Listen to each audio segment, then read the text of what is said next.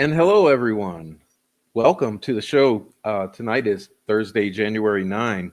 Apologize for being late. I was trying to get all of the slideshows um,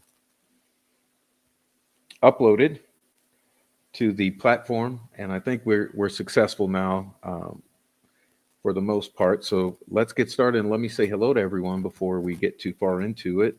Glad to see you guys. So let's see who we got here. Um,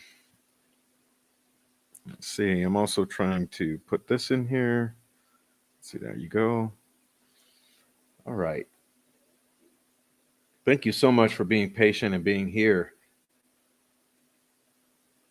All right. So we got early, early on, we had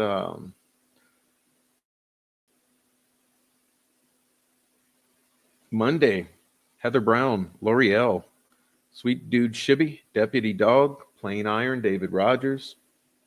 Who's your daddy? Heather Brown. Say what? Dumplings Gammy, um, Luna, Mama Bear, Amy, Mary Martin, David Rogers. Oh, thank you, Amy. Let's see. That's what I'm trying to do. We had Sarah, Judy Hathaway, Dawn Steele, Deputy Dog, Fur Baby Daddy, Say What, Digital. Who else was in here? Tracy Thornton, Scales of Injustice, Kay, Mark Ellis, Pert In It, Carol, Siren Cindy. Right.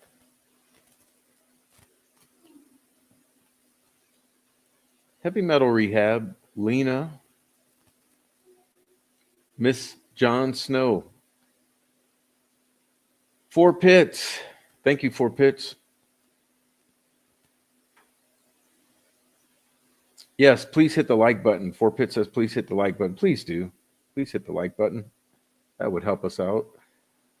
Um, who did I miss? Did I miss anyone in here?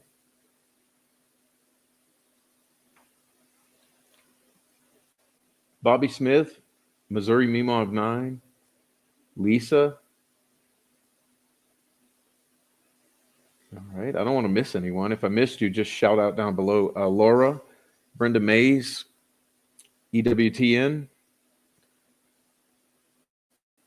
Snarky Angel, TJ Bits, Elena Davidson. All right. Lewis, what's up, Lewis? Donnie Kuntz, what's up? Merdane Willis, Gretchen Allen, Bonnie.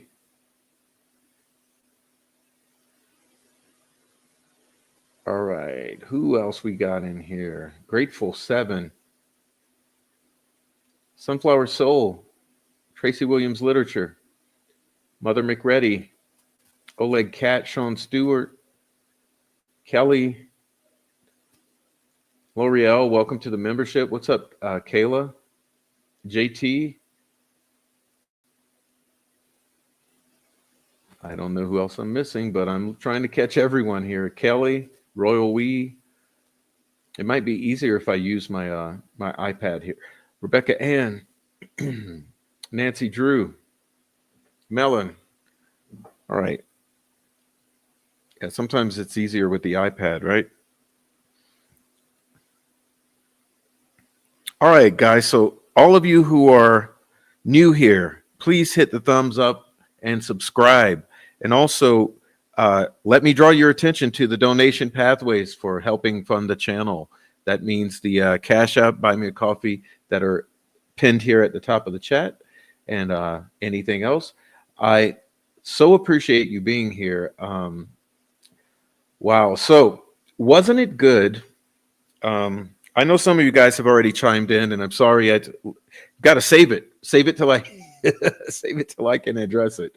So I missed a lot of what you were saying, but some of the chatter that I saw was that it was good to see and hear from the defense team in the past several days, and that's my main takeaway.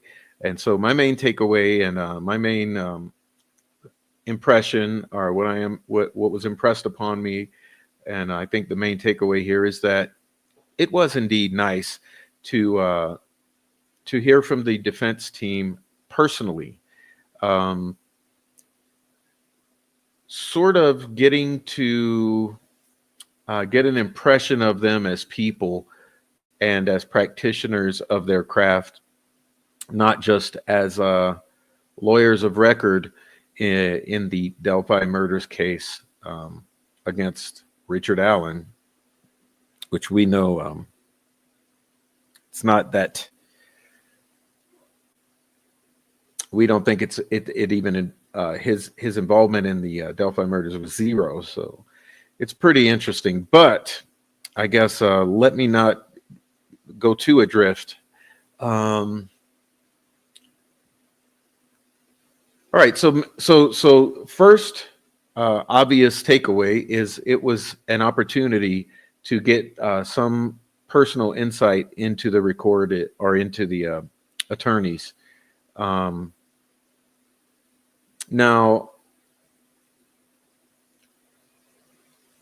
other than that, what was my main takeaway? And I think this is very, very important. I think you guys will be, I guess, relieved, but also maybe I don't know, maybe gain a little confidence in that. The main takeaway that I took from it all was some sort of validation, right? I guess the main impression is that there was nothing new, in my opinion. There was nothing new here that to learn. However, we've learned that all of the things we've already been talking about, all of the things we've already been covering extensively, reviewing, discussing ad nauseum, all of those things are just along the same lines as what the attorneys are conveying. So interesting in that it's nothing new, but it's also nothing different than what we've already been talking about. And that, I think that's a great thing. And so you may or may not have really noticed when I was doing the AI conversations, which I'll talk about now, because this was a few days or a week ago. It was called Prof's Late Night Chat AI Assisted, right? So I'll tell you what I'll do. I'll pin it right now, or I'll drop it into the chat here. Okay, so here you go. So this show right here, maybe you can hit watch later if you're interested.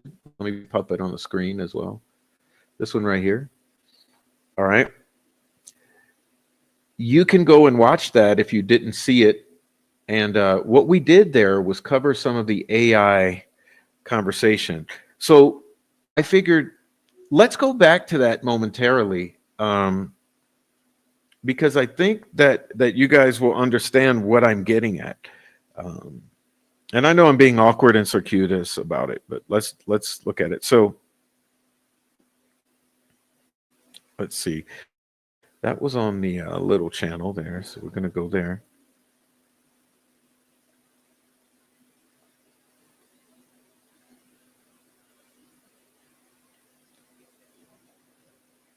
All right. So in this in these notes about my AI discussion, it was that the main takeaways and the overview is that there's a lack of transparency and communication. Okay, allegations of mishandling of evidence, conflicting statements and inconsistencies, and alleged cover-up.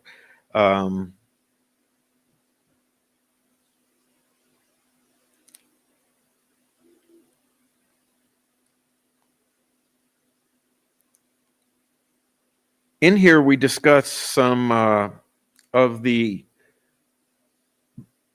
actions of the prosecutor's office, the judge's office, suspicions of leaking, of intimidation of the attorneys and the YouTubers utilizing some of the troll farm, the spreading of the propaganda using the podcast and the Carroll County Comet. We covered the combative nature of Jerry Holman, Nick McClellan, Francis Gull, Doug Carter to some extent, Brian Harshman, talked about how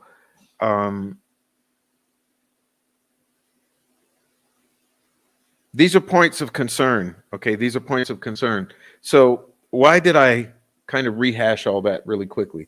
Well, because what I took away from the attorneys in whole was that everything we've seen from the outside was experienced from within. By that, I mean the way that we saw Jerry Holman go on the attack from the very beginning, from maybe the moment of the arrest of Richard Allen until now, including going on this, making the podcast rounds and spreading these talking points incessantly. You know, we've already reviewed that he's gone to several places and used the same talking points, kind of spun the same narrative, been asked the same questions, oddly enough. And we've talked about that somewhat. We've talked about in detail, we talked about the Doug Carter statements at the officially in the press conference, and then when being questioned by some individuals after the press conference, we talked about how that was very despicable, for lack of a better term. We've talked about the treatment of Richard Allen, okay, especially his treatment in Westville, the way he was paraded around with all of the shackles and the shock vest and all of this. So we've talked at length about all of these primary points of concern. And we saw that reflected in some of the impressions conveyed by the attorneys in the past several days. So as I was saying, nothing really any different.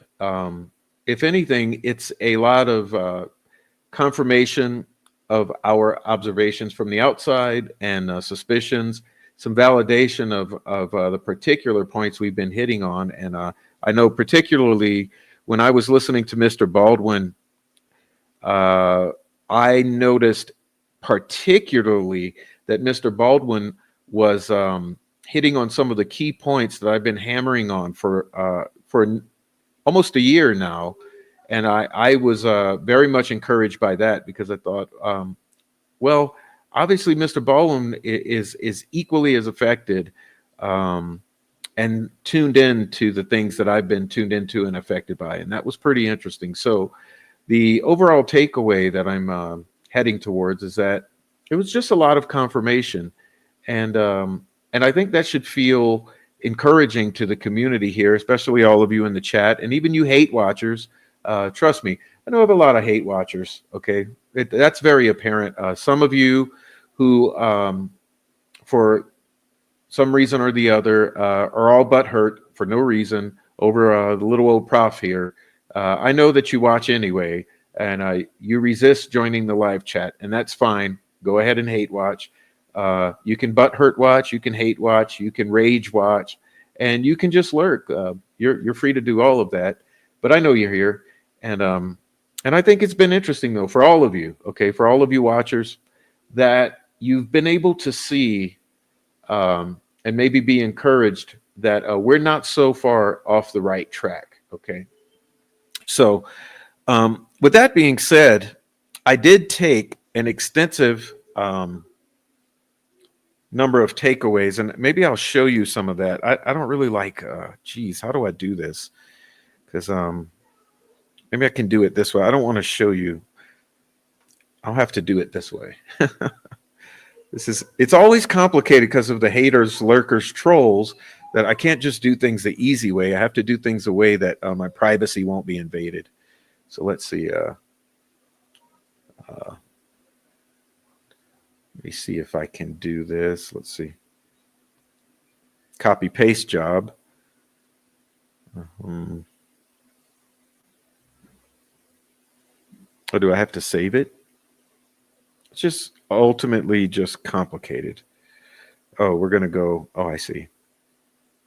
Okay, we're going to go paste, copy. Just always the most difficulty. Paste. Okay. And then we're going to go copy. Sorry that it's taking a moment, but I have to do this this way because the psycho's on the case. Not have it any other way. But we've got. Okay, I'll show you now. Let's see.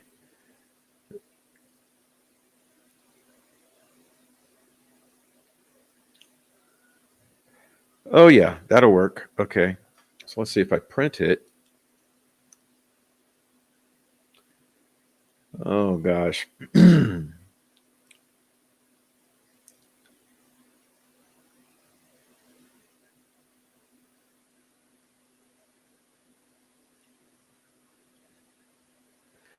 Okay, how about this? I'll just read some of it. How about that? So here are some of the takeaways. Okay. Let's see. There we go.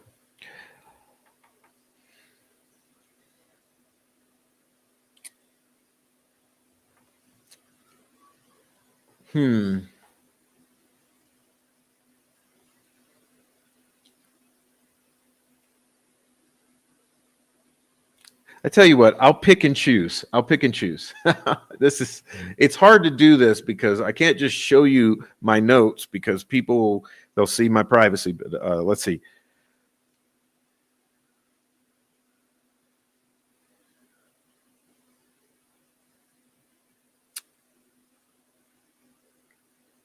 I guess I'll go backwards. So there was there were a lot of questions, and see, we had these in real time, which is interesting because we're going back over a year. Okay. There were many questions about the treatment of Richard Allen in Westville and all of the peripheral occurrences or happenings regarding that. Okay. So things like the video recording of the interactions with the attorneys, okay, which overflowed into all interactions with the attorneys, okay, even into the courthouse and the trial and the hearings. So that's one thing we heard tonight, that it was just a lot of violation of attorney privilege or attorney-client confidentiality. And we've known that from the very beginning. Remember, the fact that they wanted to record Richard's face, okay, and even audio in his discussions with the attorneys, or the fact that there was always this ear nearby Okay. And then if we zoom out a little from that, then we could also say, well, yeah, same with the guards. Same with the guards, because we have these odinist guards, or should I accurately call it white supremacist guards, um, guarding or monitoring Alan, listening in to every word said. Okay. And then you back it out a little further. Like I mentioned, the safekeeping in general, where you really have to question the entire safekeeping. When you have a pretrial detainee who is being housed, for lack of a better term, on death row, okay, in max security, solitary, lights on 24/7, guarded, babysat 24/7, not allowed your basic amenities of inmates, which we know is not any sort of accommodation. Pardon.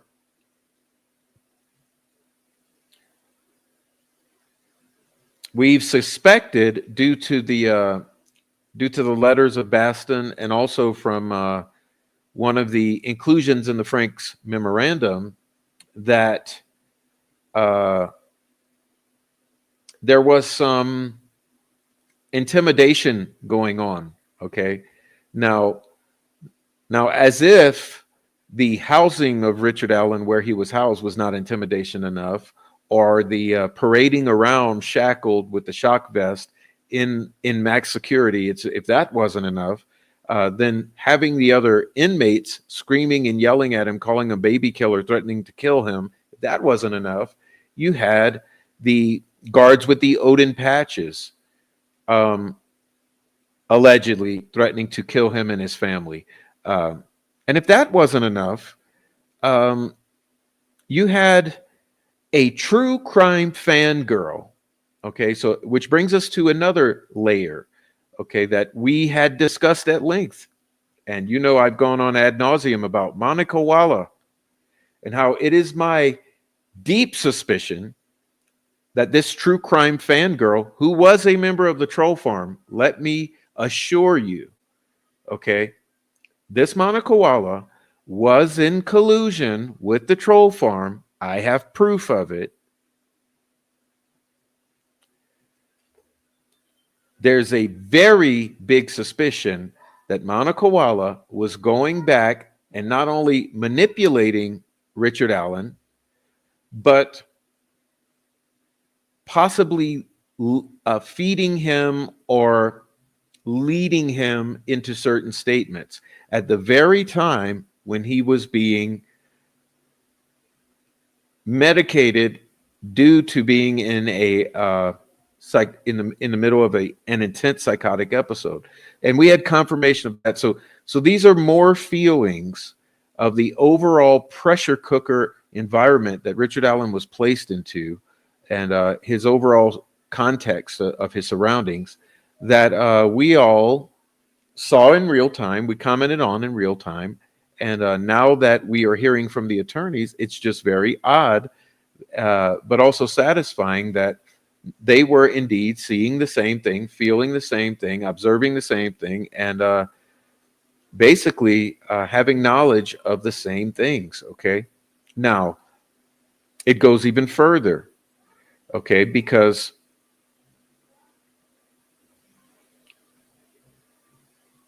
we can go into the suspicious actions of the state actors that we've covered thoroughly before. Okay. The suspicious actions. By that, I mean the attempting to hide Jeffrey Turco, the attempting to hide even Kevin Horan, the attempting to misrepresent the statements of Turco and Horan, and the playing stupid about any of the evidence coming out of the Franks memo. Um, the long delays in the delivery of discovery that was owed to the attorneys. Okay, the extremely hard-nosed, biased nature of the judge, and in her forcing certain actions to take place, and in her obstructing certain information from being allowed in to this episode, even to the extent of the sketches and the geofencing, which there's absolutely no reason whatsoever. Okay. The complete lack of accountability taken by the attorney, I'm sorry, not the attorneys, by the prosecutor. um, I've sort of lost track because I'm watching the chat. Guys, please, can we just be like human beings in the chat and not have fuckery? All right. But all of these things that were basically improper, they were all of the things that came together, or the puzzle pieces, or maybe it's more like Lego pieces. They were all the pieces or the little Lego pieces that come on and click together and turned into a railroading, right? So we saw the railroading, and this railroading occurred because all these interlocking pieces came together, and that means from the prosecutor, from the investigators in the Indiana State Police in Carroll County, in the prosecutor's office, even the employee of Judge Gull, the judge herself, literally everyone involved for the most part. Now, that doesn't mean you don't have some good people thrown in the mix, because there are good people thrown in the mix. And our attorneys also made that pretty clear in the past several days. You had some individuals here and there who were pretty honorable, like Kevin Murphy, okay, like Todd Click, potentially Christopher Cecil. Mixed in here and there, you had a couple good eggs, but there was a lot, okay?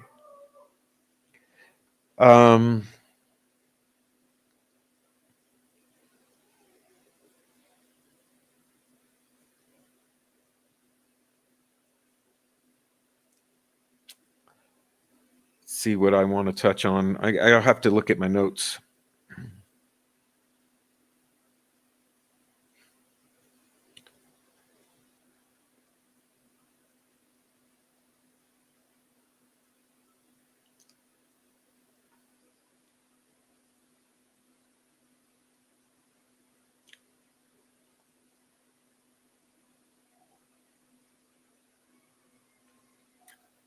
Well, okay. I'm looking at these notes. So funny. So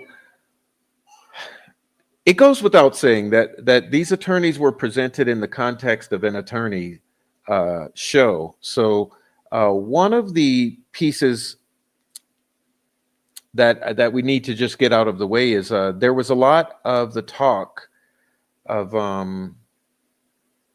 there was a lot of talk of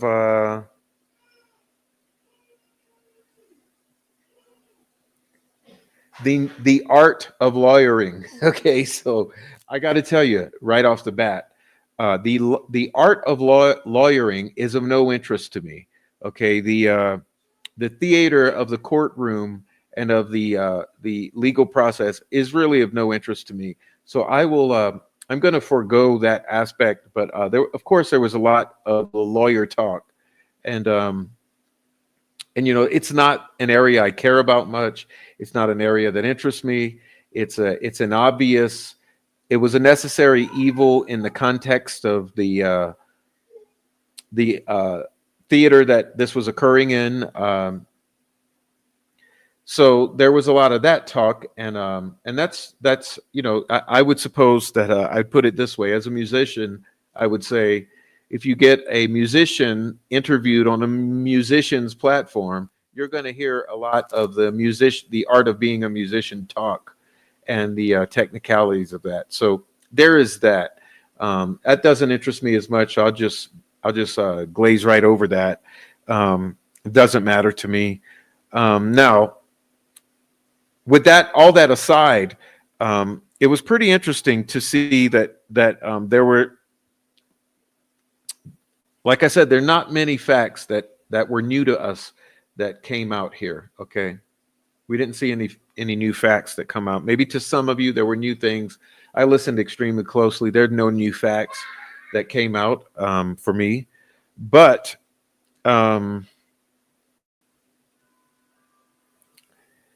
I was somewhat interested in the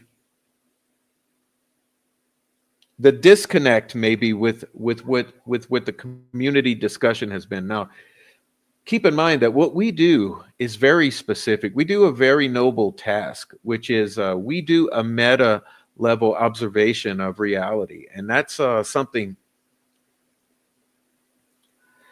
that I think that we don't often reflect upon, and it's not even easy to talk about. But so what do we do out here as observers in the world? So we're looking at a meta level of what's going on. Okay, it's why we're hitting the gut with a lot of these things. Like we're hitting the gut, say even before this trial of Richard Allen, right? We were all hitting the gut with the anomalies or the oddities of the behavior of the families. Okay, so we've always had these gut reactions to the weird behavior of the family, the inconsistencies, the shiftiness of it, the conflicts, the oversplaining, and all of these shits with the families. For years, we had that. With the we had issue with the weirdness from law enforcement. So for all these years, we've looked at law enforcement and said, I don't know, this shit doesn't sit right. And then the obvious lack of transparency all of these years with the bullshit excuses always used that it's to protect the integrity of the investigation. You see the number one justification they've always tried to use to explain away their withholding of any indicator of what the truth was about this crime and this whole investigation is they use the escape of, we can't say anything to protect the integrity of the investigations, okay, or to protect the family and to protect the integrity of the investigation. Okay, it's always an excuse used because there was a hiding. Now, I've realized that it's not just a hiding of the facts of the case and what happened in this crime, but it appears to me at this point that it's a hiding of the individuals involved, where they were, when they were, et cetera, et cetera.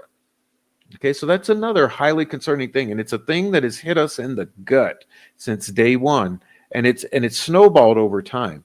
You know, so as observers, external observers out here working on this meta level, we've observed these human indicators, and so there's this hits you in the gut, and then this hits you in the gut, and then this hits you in the gut, and then as we learned more and more of the oddities from the community about the crime, then that hits you in the gut, and then you start to say, wait up, the timeline, that story doesn't make sense. That conflicts with what the family has said, and that family member conflicts with they've already said 5 other times. Now they're changing it, and that conflicts, and now the timeline conflicts, and now the time and place conflicts, and now the evidence conflicts, and so all of this time there's been all of these indicators that have struck us, and so when we came to the arrest of Richard Allen, contrary to the gaslighting ass tactics of the malicious actors and the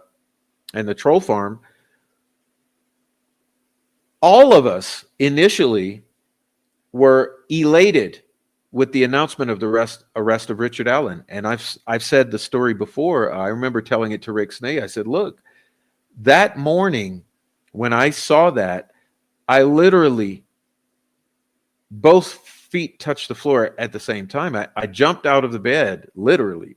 I turned the TV on, I saw that, and I literally jumped straight up with excitement because I thought, wow, they've arrested someone for Delphi. So in my elation, I hit the ground running. And I think I know or think pretty much all of us did. Okay, we all did. But just like everything else, because we're observers, over time that changed, right? Over time that joy turned to confusion, suspicion, and then anger. And really at this point it's what's the word? In incredulity. You know, it's at this point it's like, what in the world? So we've all seen that happen. We've all went through that, and we've all observed that externally. So that's where we're in a privileged position, you know. And I was sort of struck that these attorneys don't function in that way and have not been privy to our conversations to the extent that we would have liked them to. Okay. So that's interesting to me because we've done thousands of hours of deep dives, and it's very interesting to me. I wonder what these attorneys are lacking in understanding that the community out here has already discussed. So that was a takeaway. That's on the less optimistic side, you know. So I want to give you a balanced outlook here. So I've sort of on the less than optimistic side. There's sort of the side where I think, wow, wonder what they might have missed. Wonder what they might have missed because I know we covered a lot of stuff. Okay, a lot of stuff. Receipts, hundreds upon hundreds of receipts. Okay. Let me see. Look, if there's confusion in the chat, I'm going to shut down the fucking show immediately. I'm telling you right now. Or I'll turn the chat off. I don't need it tonight, please. Whoever is having an issue, like, calm the fuck down. Please do it.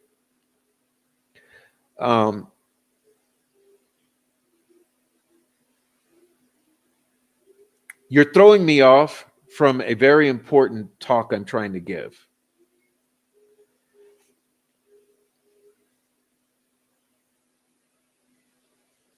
So,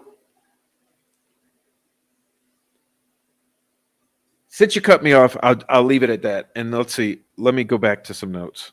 I can't believe the immaturity we have to deal with in the live chat. It's unbelievable.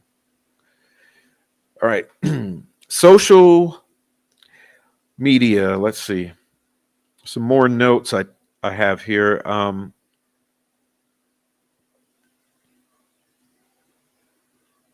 right. I put it this way. Okay. Jennifer had a good point. Okay. One of the points that Jennifer had was pretty interesting. And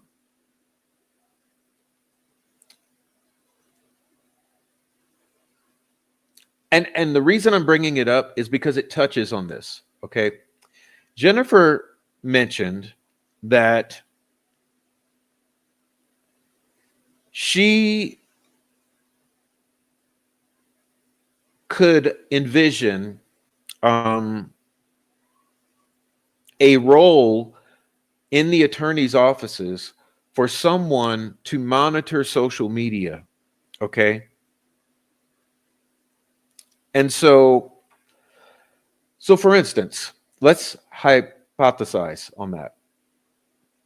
So let's say because of what I just said, that they seem to be pretty out of touch with all the wealth of public conversation here on social media. So, so like Jennifer's suggestion, I could see if you're going to be out of touch with very important things, especially in an information dense case like this, um, maybe it would be, and I'm not saying if you're an individual small defense attorney, what that's one thing, but in a firm, maybe you should have very intelligent people, even if it's one person. You hire someone specifically to be a social media information gatherer, someone who can take the time to watch all the podcasts, to watch all the posts, to read all the posts, to keep their finger on the pulse of the conversations that are happening, the information that's being spread, and also maybe do some information harvesting. That would be a smart thing for big firms to do. And that was a suggestion that Jennifer made. So I wanted to echo that, okay, and not miss that. Let's see what else.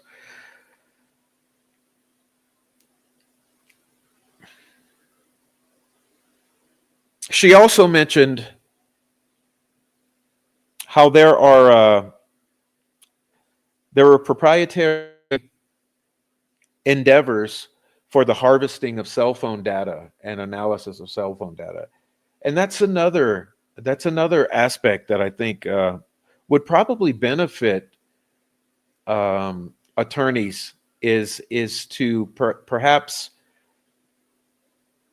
contract out to contract out to true experts in the analysis. And I don't just mean experts for use at trial. I mean true experts who can take those Celebrite dumps and make all the comparisons. I think that was something that because all of the consternation about the interpretations of the cell phone data, even with particularly this phone that Libby was in possession of, with the fact that something may or may not have been plugged in, and I'm pretty confident it's an absolute positive that there was a 3.5 millimeter jack plugged in and unplugged later. But all of these questions that there should be no question about, it's always infuriated me because I'm an old guy from the 80s, right? Again, and I had hacker friends in the 80s and 90s, and it was very well known about those hackers, those old OG hackers. They were very well aware that the NSA monitors all communication. It pipelines all communication. So there's absolutely no excuse whatsoever that something like a cell phone, that there should be any argument whatsoever about. Okay, now you can interpret, you can have experts interpret for different reasons, and that's fine. But I think that there's, for there to truly be expertise and I was going to say unarguable facts, or oh God, man, the chat has really thrown me off tonight. I'm furious. I'm infuriated with the chat because I can't even think straight because you've distracted me.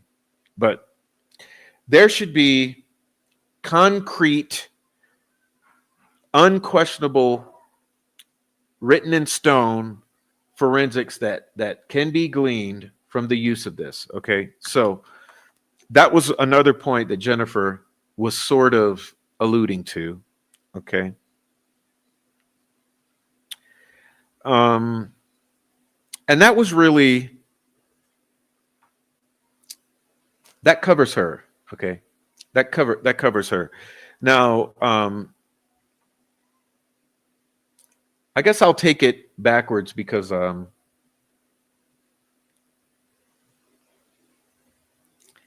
want to do Baldwin last. So with Brad, what I took away from Brad was primarily the first thing is this: Brad should be the public face of the Delphi murders against Richard Allen legal team. Okay. Brad, you're an amazing public speaker. I think your charisma comes across on the screen. Uh, if I would uh, if I would have any say in it, Brad would do all the public speaking. Okay, so that's enough of that. Um, let me see. Now I want to get to.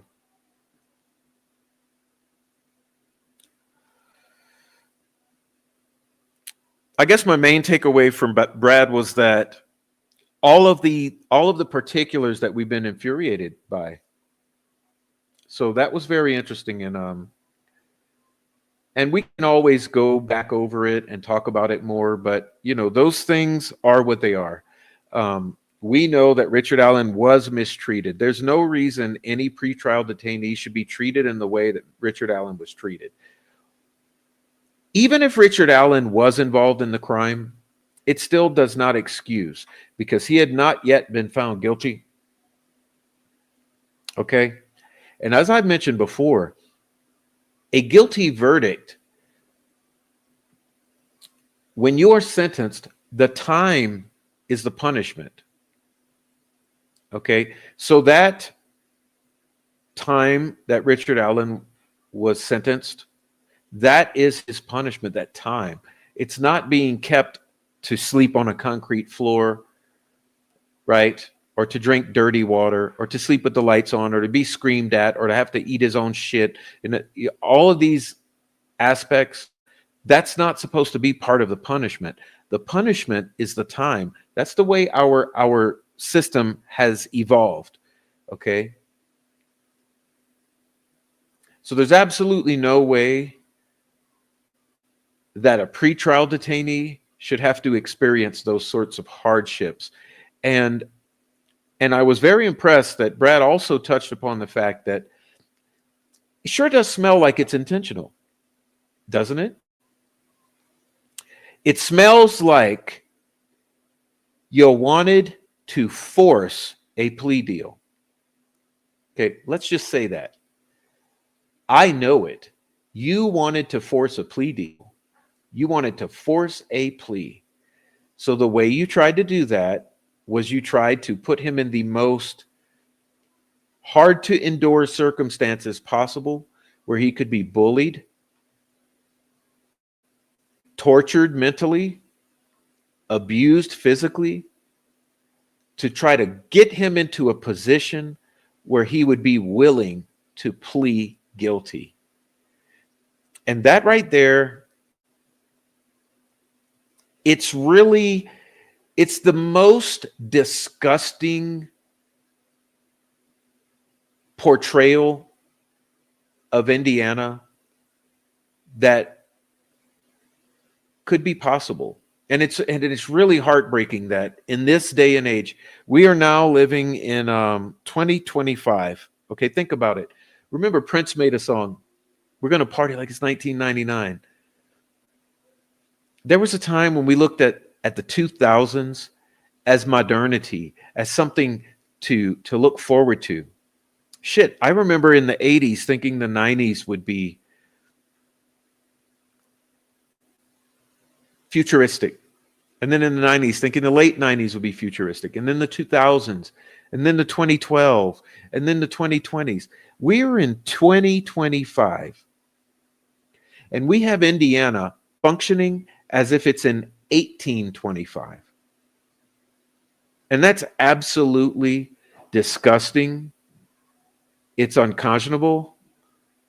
It's as if we're in the Twilight Zone, where the good old boys won, where the KKK rules, where you can act like Jerry Holman and be a good cop.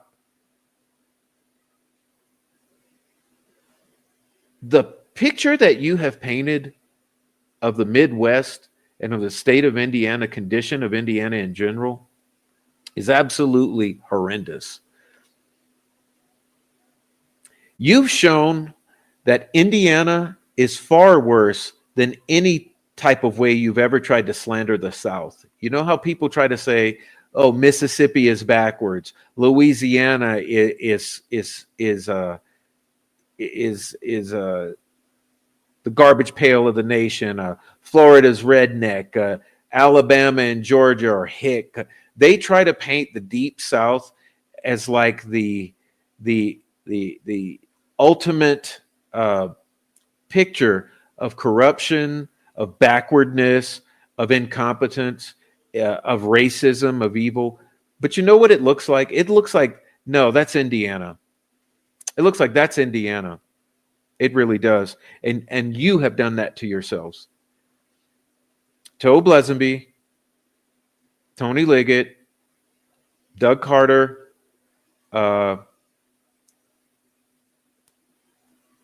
Jerry Holman, Nick McClellan, Francis Gull, what's his name over at Westville? John Gallipo. You've truly painted a picture of a backwards, racist, abusive, corrupt, disgusting society.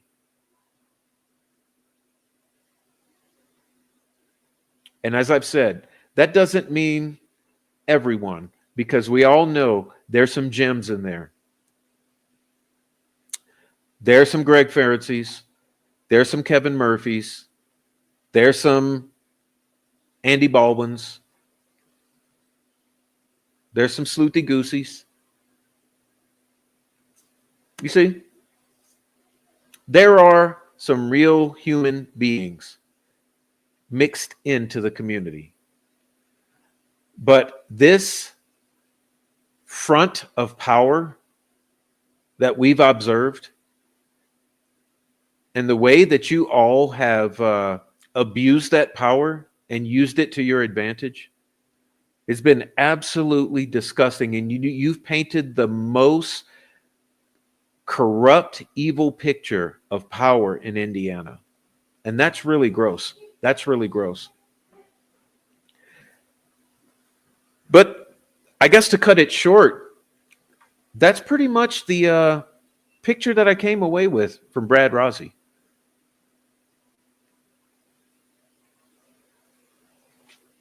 And hey, he's kind of like me. He likes the cops in general as a concept, because I know some good cops.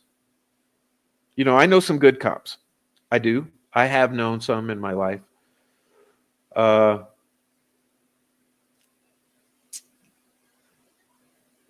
Hey, and when the Black Lives Matter tried to push this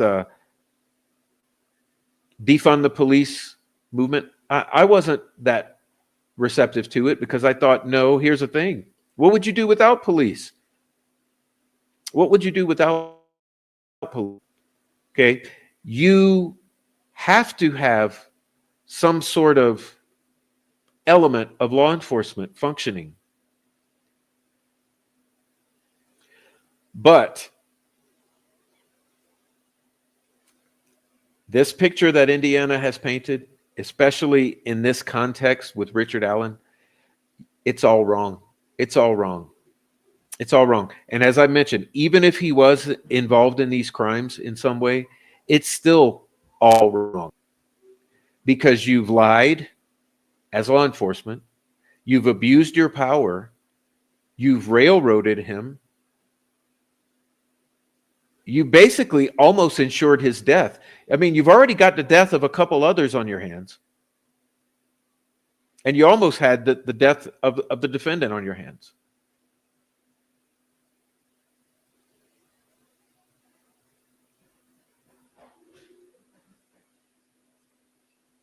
So it's something else. But I wanted to cover, that's my takeaway from Brad Rossi, and it is what it is.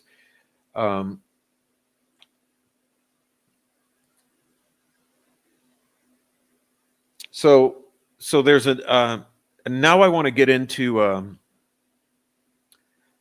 guess I'd like to get into some of the concepts that Mr. Baldwin was speaking about, and just give me a moment. I need to go get my water. Okay, I left my water in the kitchen, and that was a mistake because I need it now.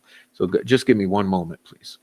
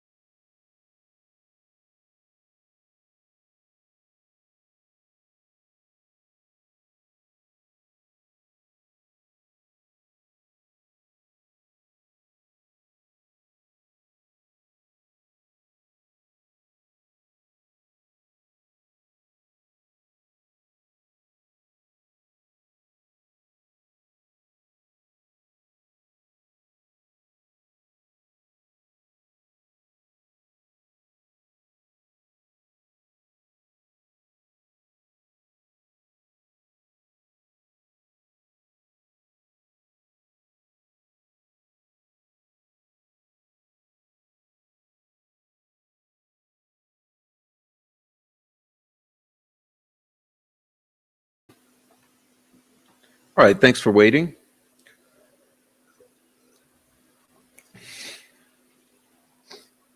All right, now, yeah, so now I'm going to get to Baldwin. First, let me start with this. You know, it's a goddamn shame. It's a goddamn shame. Now, I've said this so many times before, and I've shown you. Why have our lives been ruined over talking about the Delphi murders? This is two little girls.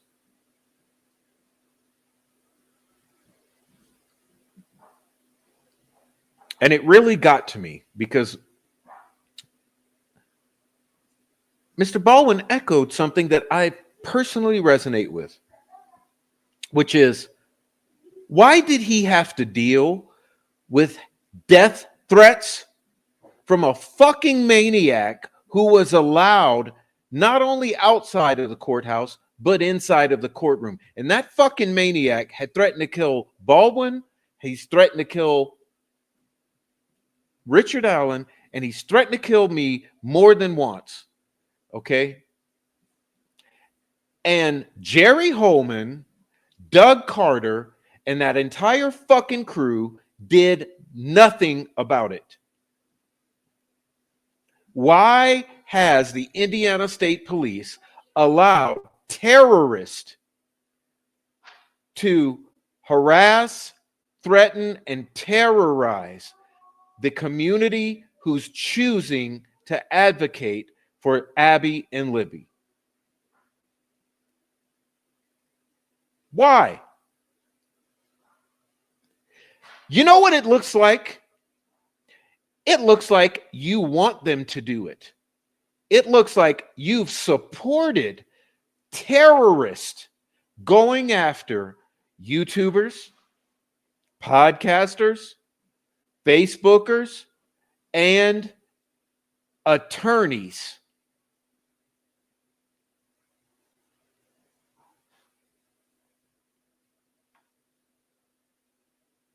And it's not just one.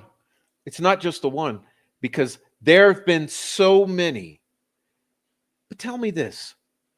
Why is it always the ones who are 1,000% on the side of law enforcement and the prosecutor and the judge and kill Richard Allen who come out here and terrorize all of us?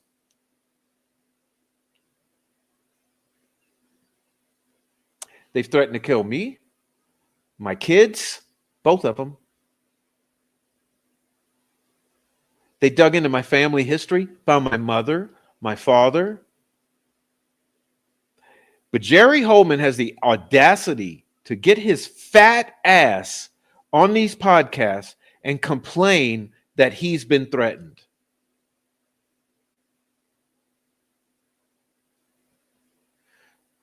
Listen, I have the receipts of sending those death threats directly to Indiana State Police. Zilch was done about it. 2 years of emotional distress, extreme anxiety. You've inflicted damage on my life. Why is it all of those who support and work for and communicate with the Indiana State Police and the prosecutor's office, why is it all of them threatening to kill all of us? Do you ever see us threatening to kill them? Find me the death threat that I've sent out there. Find me threatening to kill one of these. Find anybody on our side threatening to kill any one of you. Yeah, I didn't think so. So see, this is a one-sided game here. The cops have people out here threatening to kill those who are speaking against them. You see, that's how it breaks down. That's how it breaks down. You speak against the family or the cops, they're going to allow everyone to threaten to come and kill your ass. Why? I'll tell you why. Because it's domestic terrorists who killed these girls. It's domestic terrorists that fucking swarm around this case, and it's domestic terrorists who come out here and threaten to kill everybody. And you've let it all happen. And it's so bad that you even let it happen to Andrew Baldwin.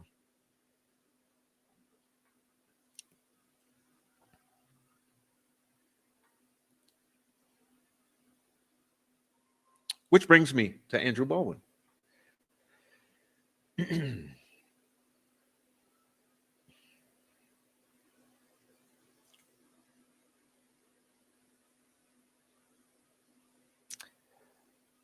Andy said there's a lack of investigative journalism with the media on this case.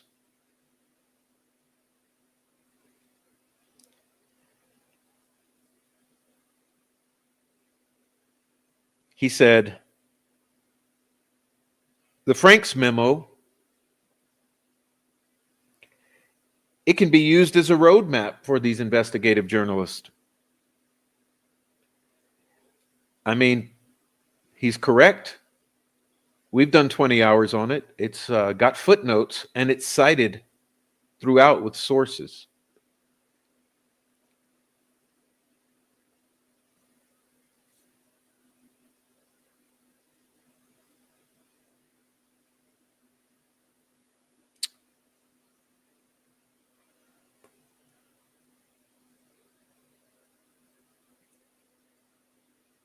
You see,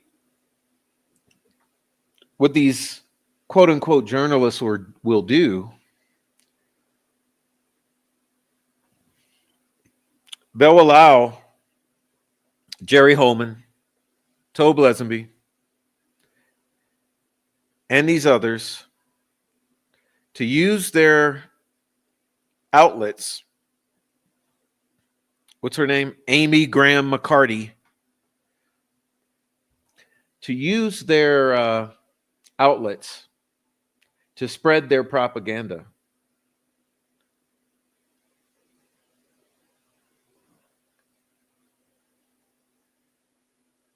They'll do fluff pieces. They'll do their fluff pieces. Amy Graham McCarty.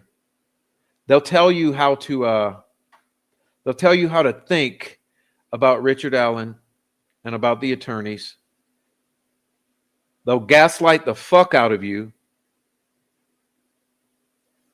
But they're anything but journalists. It's like the murder shits. Just all of these places these people will go, they're all the same. They're not journalists.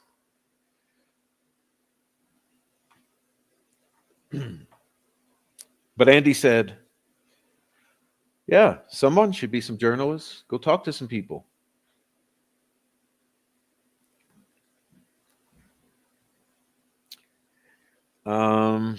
Let's see.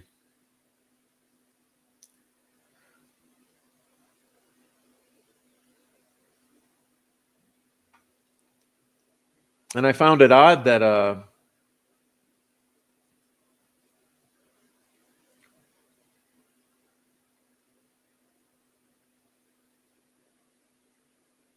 it's come to this. You see, it's come to this. Because we can't just go through all the facts and express our opinions. No, we have to actually come out here and have a war with words. Okay? We have to have a war with words because the Indiana State Police has now engaged upon a propaganda campaign. And that's what my past several shows were about propaganda campaign now. How they are sending out their actors to come out into the world now and put out a narrative around every single point that's important to sway the public opinion on. Like the sticks on the girls are not any sort of indicator of anything. They're just randomly thrown on the girls. Or like Richard Allen acted suspicious. He's manipulative. Or like the defense attorneys violated the gag order and they filed things just to slander people's, or they leaked things, which is so fascinating. Oh my God, it's fascinating. Yeah, we know who leaked things. Let me tell you how it went. Fig solves was the nexus point. All right. Fig solves was your nexus point. What do I mean? He's a nexus point for the Indiana State Police and Nick McClellan and Judge Gull. From Fig solves, that nexus point goes to Murder Sheet, goes to the other fuck faces, goes to everyone else, the turbos and all the other dumbasses who come out and spread it like a wildfire.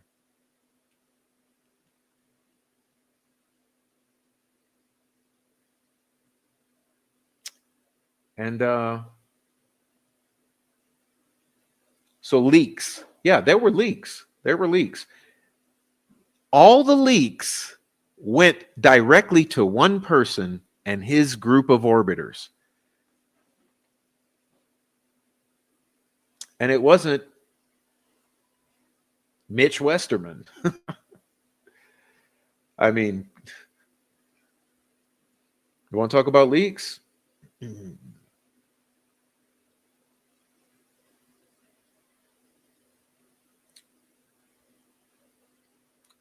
We've already covered that in past episodes, but we can go through it again. We can go through it again.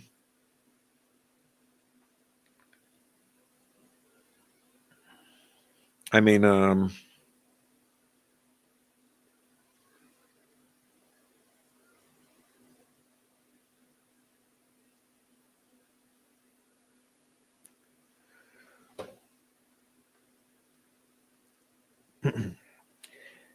anyway, back to the notes. Oh, man.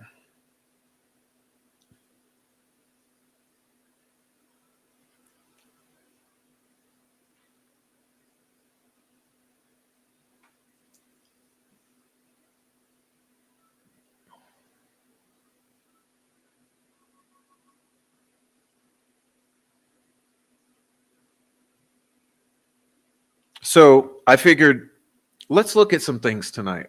Okay. Um, Let me see how quickly I can get this together. Let's see.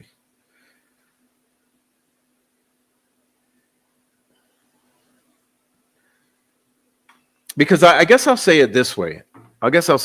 There are journalists, and guess what? You're looking at them. It's not my intention. See, that's the funny thing about it. It's funny the way that things work out because I didn't come into this to be a journalist. I didn't fill out any kind of job application to be a journalist. I didn't care to put on to fucking Sherlock Holmes get up and go out there and pound the pavement. But you know what? I did some things like the past 300 fucking live streams on this channel. So let's see. Let's look at one maybe. Let's look at some things.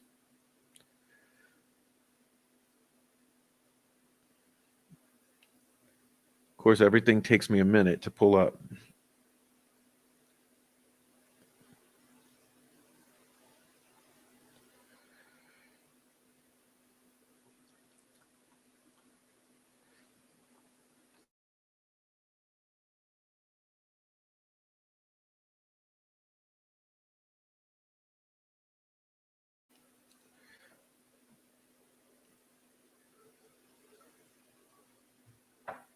All right. I mean, there was so much that we covered. Like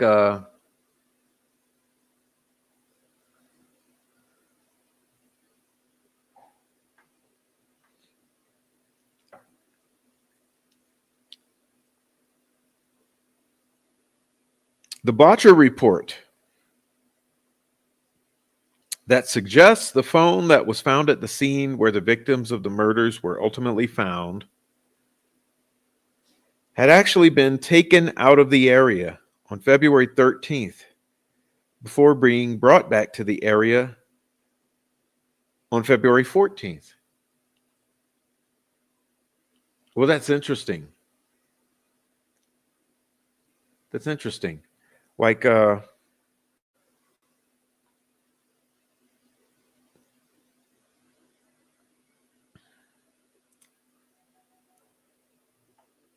prosecution turned over this report 14 months after it was required to turn over evidence.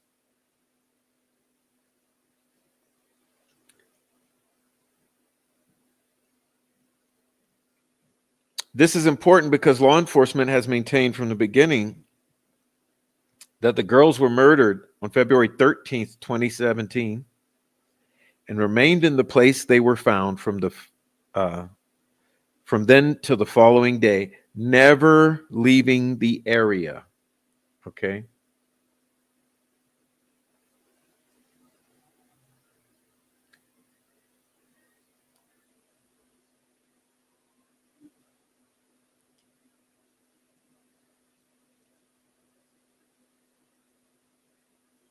But how do you account for this phone then? Or how do you account for the lack of pings of this phone? It just makes no sense. Right? It makes no sense. So think about it. Think about the compound. Let me pull this down again. Jeez, man, it's never ending. This is what I'm getting at. Okay, think about it. This is what I'm getting at. Look at how these come together. The phone stops pinging. I believe it's 5:43 or maybe it's 5:45 p.m. Okay, so you need to put your thinking caps on. 5:43, 5:44, 5:45 p.m. The phone does not ping. 3 minutes later, that headphone jack is activated.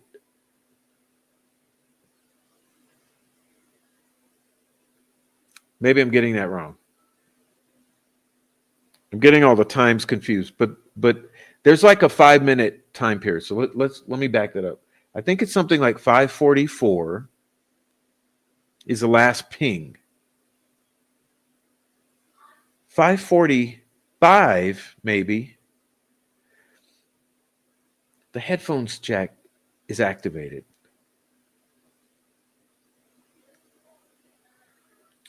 5:47. How many minutes is that? I mean, within 3 minutes, one of the geofencing phones permanently leaves the area. So think of the sequence of events that I'm getting at.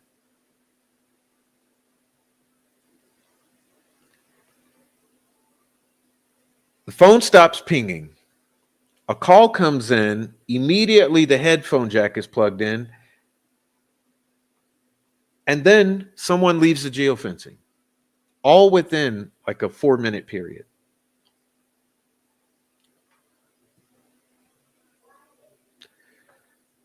That's in the 5:45 p.m. time frame.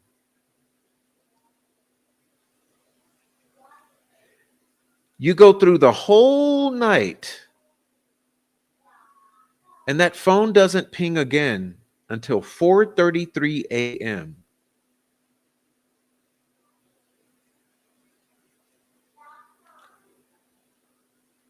That means from 5:45 to 4:33, that's approximately 11 hours. That phone is just off the radar for 11 hours. During the same time period, The girls' bodies are not found whatsoever at all, period. You had lights, you had searchers, you had the fire chief himself searching up and down that area. Relatives, DNR. So think of the intersection of those two events. The phone is missing. The girls' bodies, which are supposed to be laid there dead, are not found. You know what it fucking sounds like? And pardon the language, I'm getting a little excited. I get too excited when I do these every time. All right, so let me relax.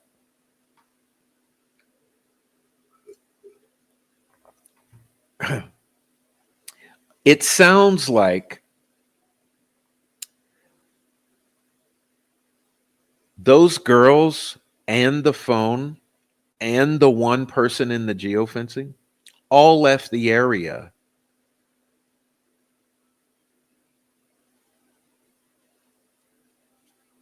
It sounds like the phones and the girls left the area. Because otherwise, how do you explain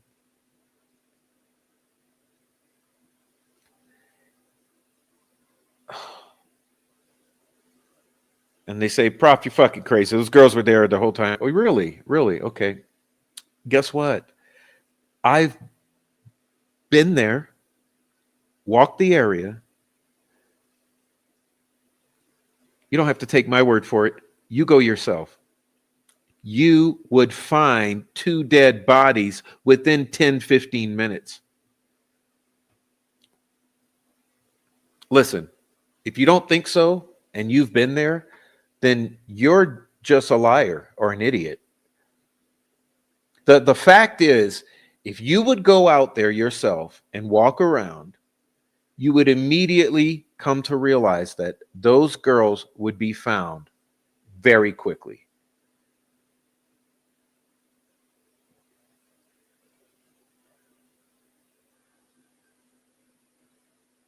Like I said, and people never listen to a word I say. I'm telling you. There's one trail. Okay, no, there's the main path to the bridge. There's only one trail that goes off down to Ron Logan's.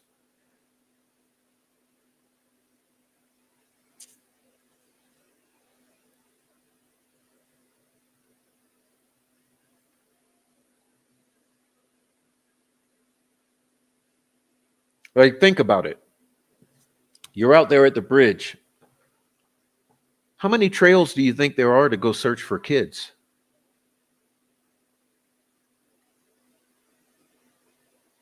There's only one trail to go search.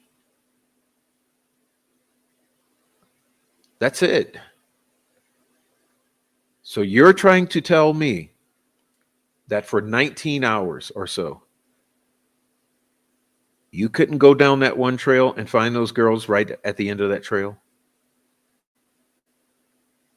That trail ends in Ron Logan's backyard for the most part. It goes right down to the spot.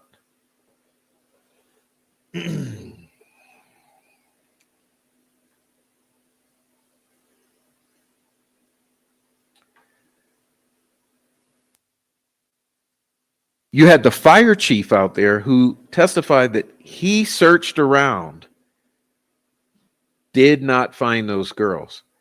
They had lights. Everybody had flashlights. They had vehicles lighting up the area. They had flashlights lighting up the area.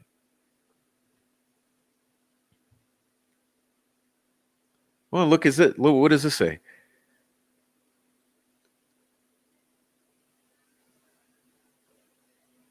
Specifically, the defense received certain geofencing evidence that at least 3 persons were in or around the crime scene at the time the murders were allegedly taking place, according to law enforcement timeline. None of the owners of the phones have any connection to Richard Allen.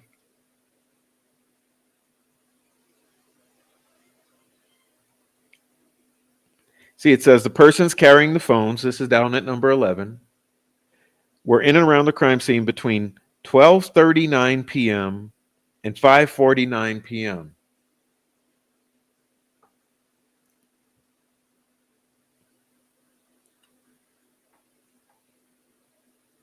And like I said, that 5:49 p.m., it comes minutes after that headphone jack is activated.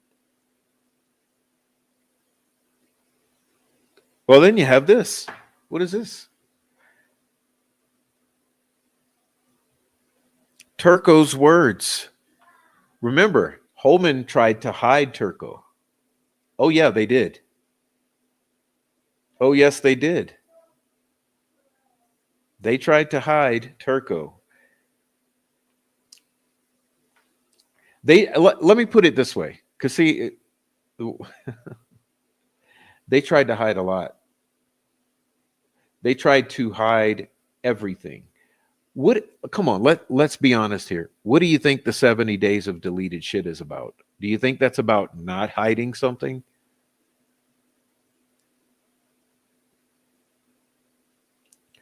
I mean, you know what it smells like? It smells like the 70 days of deleted shit is exactly what you're hiding.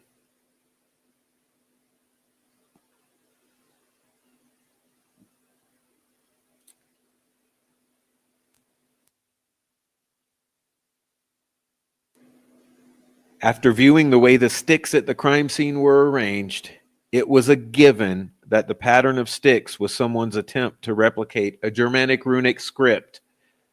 Number A up here, 21A. 21A.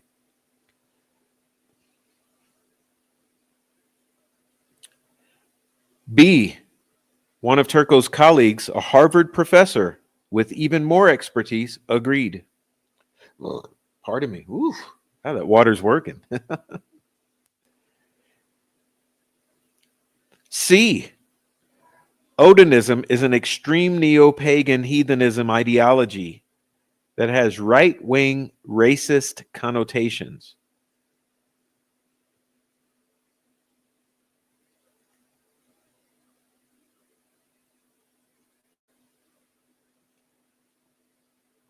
Although he could not interpret the intended meaning of the sticks formed into runes, the sticks were pretty clearly runic. And he could, quote, certainly imagine that this was somebody's idea that when you do human sacrifice, you carve runes. There are some poetic sources that sort of support the idea that somebody might have come across.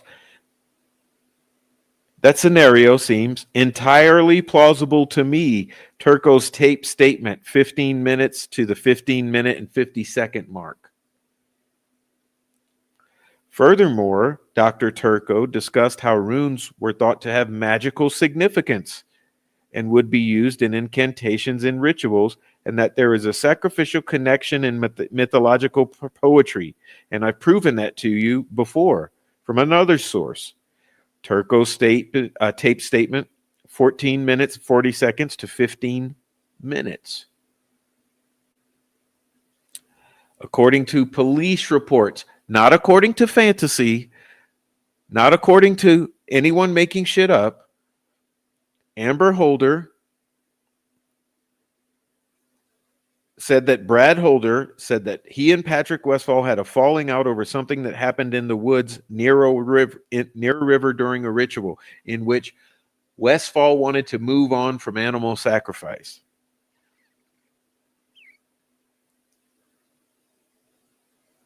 And look, we'll get to my conclusions at a later time, but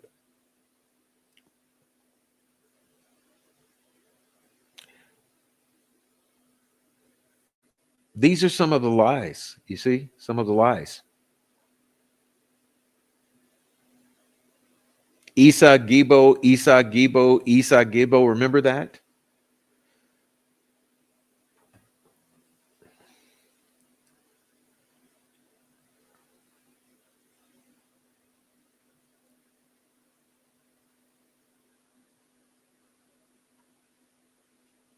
Even Nicholas McClelland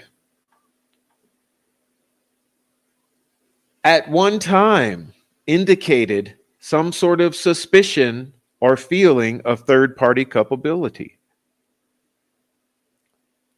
Right here. We have good reason to believe that Richard Allen is not the only person involved in this case. Let's read it again for the idiots in the back. We have good reason to believe that Richard Allen is not the only person involved in this case, that there may be other actors involved.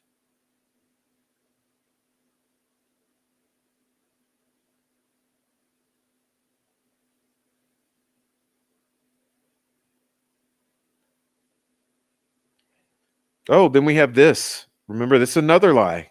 Okay, remember this one. August 24th. No, I'm sorry, April. I can't speak. April 24th, 2019, just days after the press conference.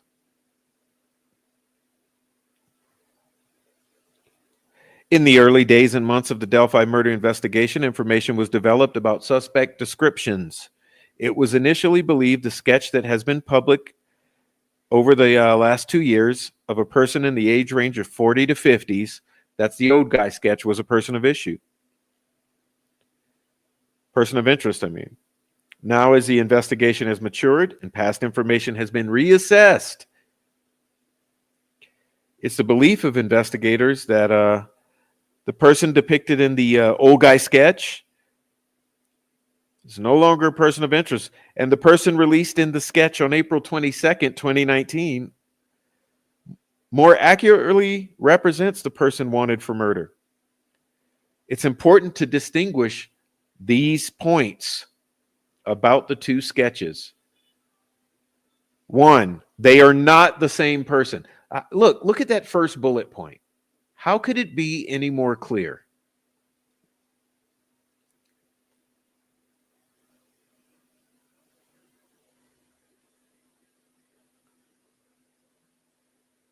I mean, how can it be any more clear than that first bullet point? They are not the same person. So, okay, the two sketches that have been the primary sketches, old guy, young guy. First point, they are not the same person. Well, not if you ask Jerry Holman or Doug Carter. Oh no, no. If you ask them, we've always thought that they're the same person. They're the same person. We've always thought that. Okay, excuse me. That badge on your fucking uniform, it does say Indiana State Police, correct? Okay. Well, let me look at this document again up here. Indiana State Police, Lafayette District. Isn't that where you're from, Holman? Lafayette District, Indiana State Police. Isn't that where you're the head guy in charge, Doug Carter? Indiana State Police, it says. Okay. They are not the same person. This is pretty confusing because you're both saying they are the same person and you've always thought that, but your own document clearly states they are not the same person.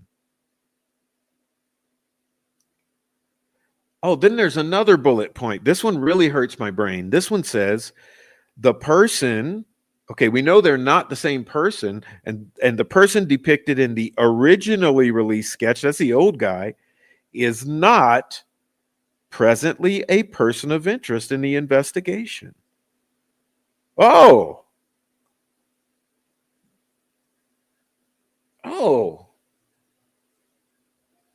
This is confusing. It's hurting the brain because see, it's in direct contradiction to what is coming out of your fat mouths. That's why people are insanely upset that they've been lied to for years. It's also why people won't let it go.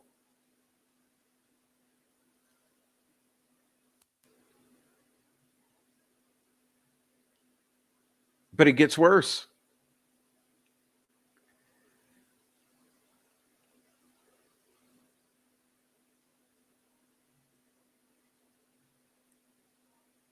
The presence of Allen's Ford Focus is also in dispute, defense attorneys argued. Allen told investigators he arrived on the trails around 12 and left at 1:30. According to the lying ass cops,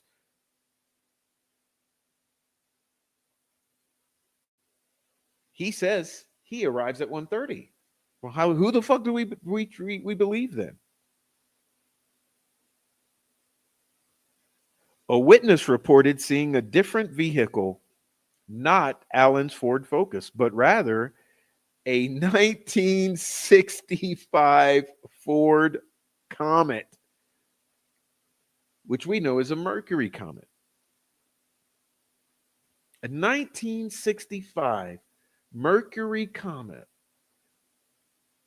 parked outside at 2:15 p.m. 1965 with sharp angular profile to it. A 1965 Comet like her father owned. But this detail was omitted in the affidavit. Oh, yes, it was. And it even gets worse. Third box here. A separate witness reported seeing a man wearing a tan-colored coat, not a blue jacket. She also told investigators something like 30 times that he was muddy. Right. But then years later, on the third interview, she suddenly transforms or what's the word? Transmutes the word muddy into the word bloody. And she no longer says muddy at all, but suddenly says bloody. So mud. She didn't say muddy and bloody. See, that's another thing. She didn't say muddy and bloody at the end of the day. At the end of the day, she transmuted muddy into bloody. So muddy turned into bloody. So instead of being muddy, he suddenly became bloody.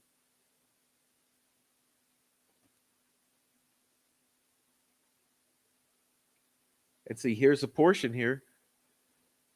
At 2:15 p.m., when Betsy Blair passed the old CPS building, Blair did not see a black Ford Focus parked at the old CPS lot. The car that Betsy observed as she passed the building at 2:15 looked nothing like a modern black Ford Focus. According to Liggett's report, Betsy observed one car parked at the CPS lot, and that car resembled a 1965 Ford Comet. Footnote 162. Okay, let's look down there. Defense counsel recognizes that in 1965, Ford did not make a Comet. Mercury did. But these were the words of Betsy Blair, who knew what the Comet looked like, but erroneously thought that Ford produced the Comet. That her father once owned. Footnote 163. Liggett's report previously entered as Exhibit 105, paragraphs 4 and 6 on page 1. The shape had sharper angles. Down here in the box, footnote 164. Betsy even provided a sketch of the side profile of the car that she observed at the CPS lot at 2:15, featuring the angles that the car possessed. Blair's sketch of the side profile of the car is attached here too and marked as Exhibit 113. The sketch definitely looks nothing like the side profile of Richard Allen's Ford Focus. A Ford Focus, similar to the one owned by Richard Allen in 2017, is also attached and marked Exhibit 114.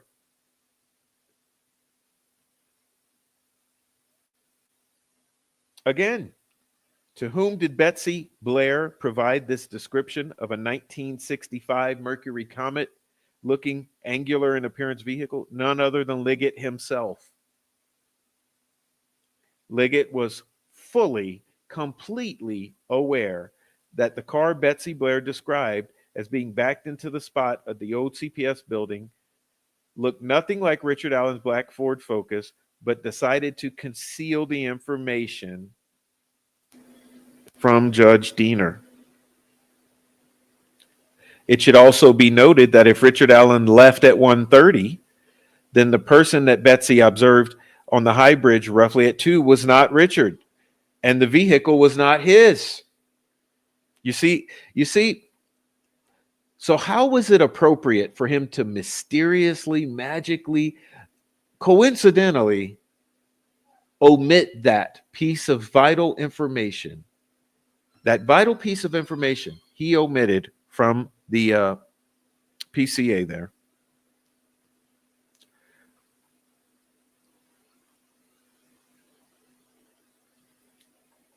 In 2017, Sarah Carbo to Liggett to his face, another one.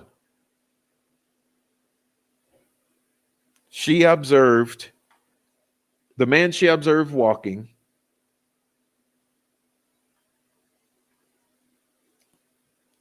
west on 300 North was wearing a tan colored coat, a lighter colored coat, not a blue jacket. Footnote 167. Find attached a flash drive containing Sarah Carbaugh's June 7th, 2017 interview with Tony Liggett. It's marked as Exhibit 115. Carbaugh describes the man she observed was wearing a tan color coat, lighter colored coat, at the 5 hours and 7-minute mark.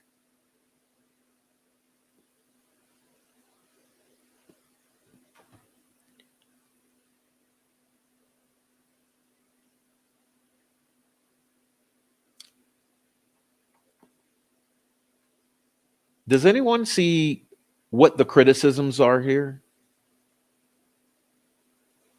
What the pattern here is? Lies and omissions, misrepresenting witness statements.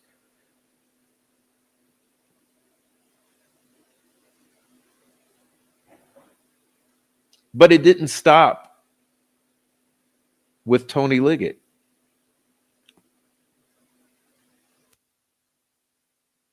No. It sure didn't.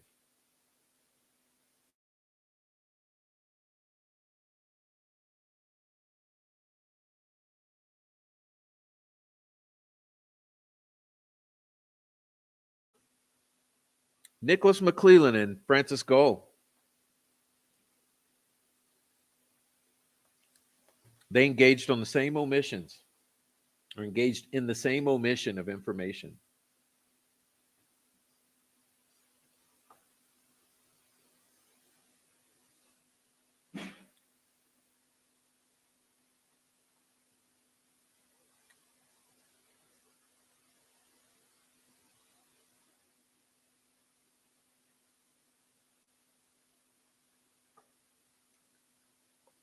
They successfully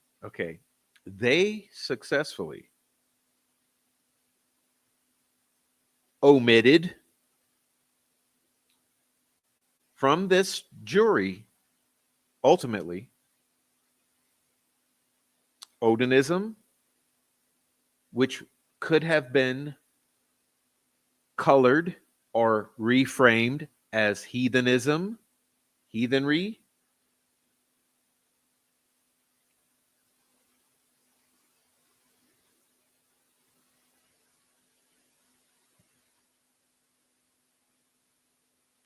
Cult or ritualistic killing, which could have been reframed as gang.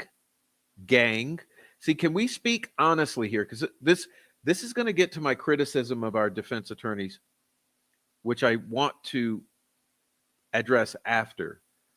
But can we start to understand, okay, with a piercing insight, right? Odinism could have been called heathenry or Venlandry or whatever you wanted to call it.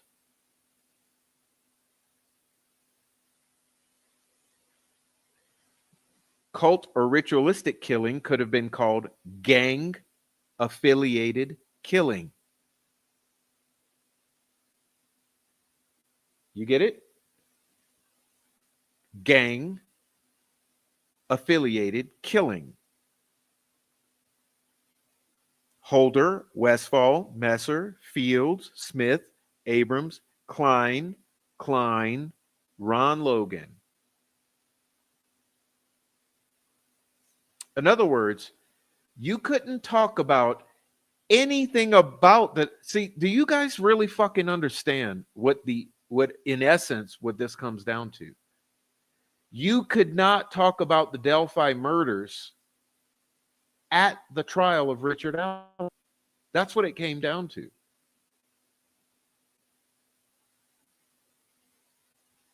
You could not talk about the Delphi murders in the trial of Richard Allen. You could not teach the jury about the Delphi murders to Richard Allen because you can't talk about Ron Logan. You can't talk about Keegan Klein, Tony Klein.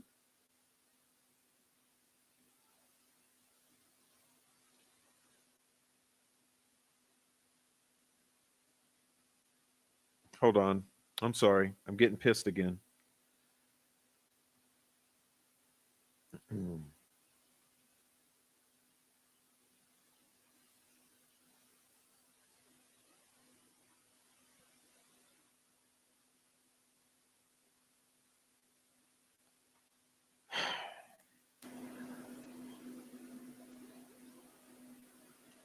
Look, I'm going to start blocking everybody in this channel. I'm telling you right now.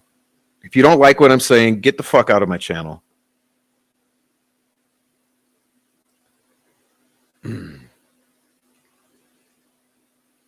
Thanks for throwing me off again.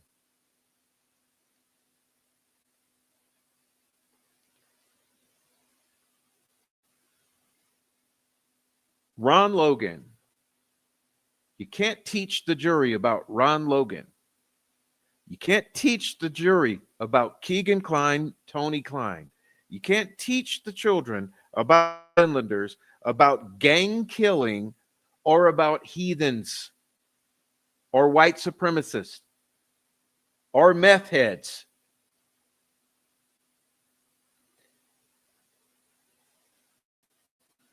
You can't teach the jury about the things that Todd Click,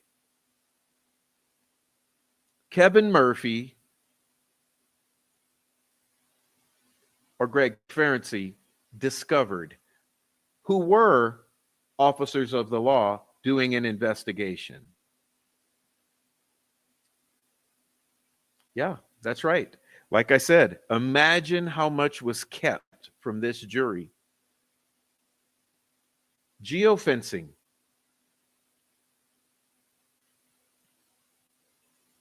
See, geofencing.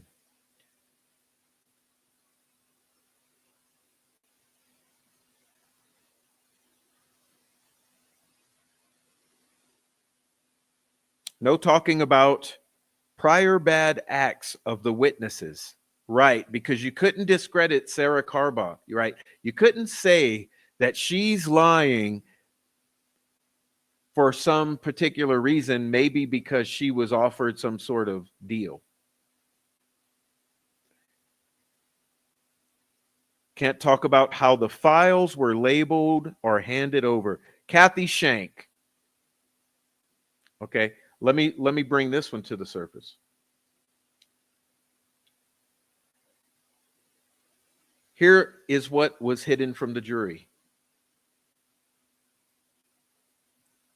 Any reference to how the files were labeled that were handed over as part of information and discovery. You know why? Because Kathy Shank took those files and scrambled the shit out of them among terabytes and terabytes and terabytes of hard drives. Why? Because it made it impossible to put it all together. What if I gave you 400,000 pages of documents? But what I did first is I just threw them off the top of a building and let them all scatter. And then I said, there's your discovery. Enjoy it.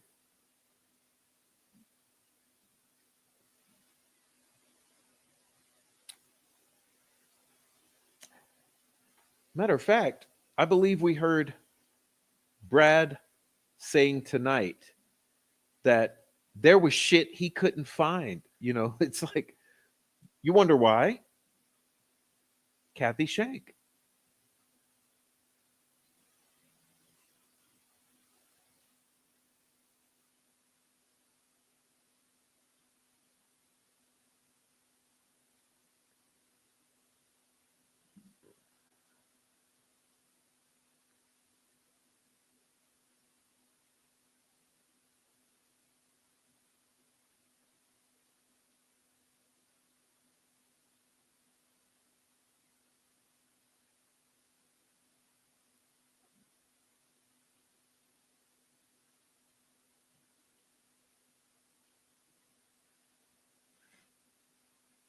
Oops.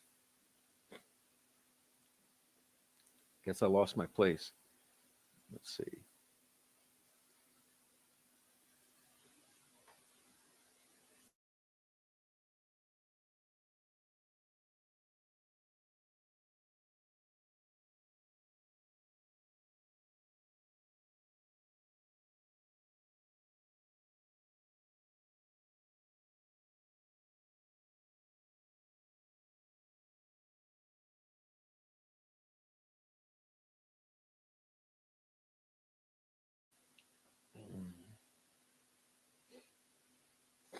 All right.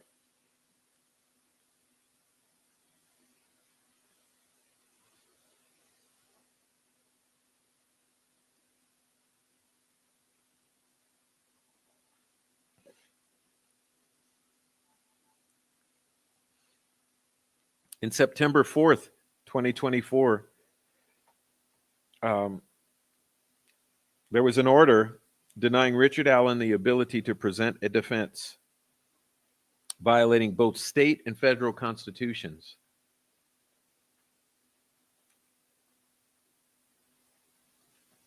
On September 18th, the defense filed its first, September 18, 2023. And look, let me be clear to you, because I think I've said it before, and I always feel like I'm repeating myself ad nauseum, but I realize that I have to do so. You guys do realize that September 18th, 2023 was the day a nuclear bomb was dropped on Delphi, right? It's important that you realize this.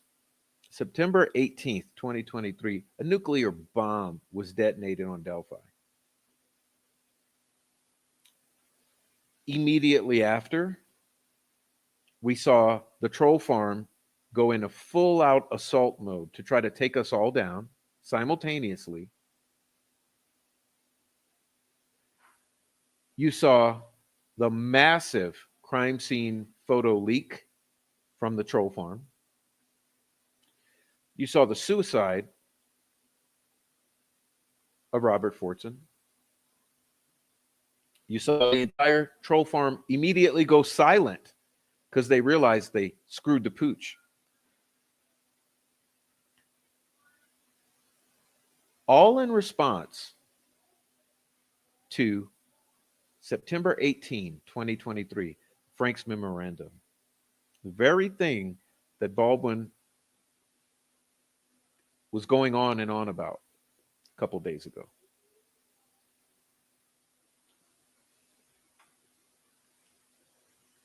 It says the defense filed its Franks, which at the time the defense revealed in great detail its defense that Odinism, Norse paganism.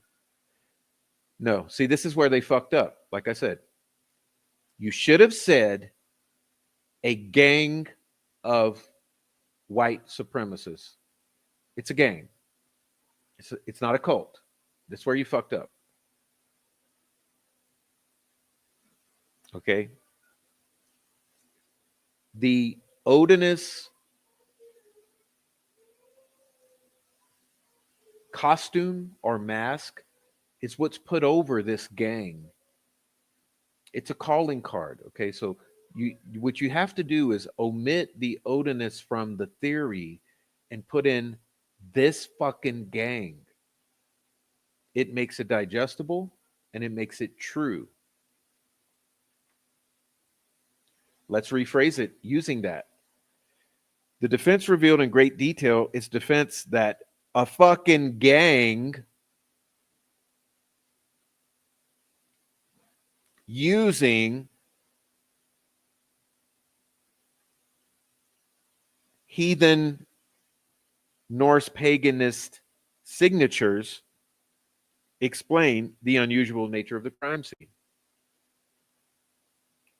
And furthermore, identified particular suspects who were tied to the victims and or to the crime scene.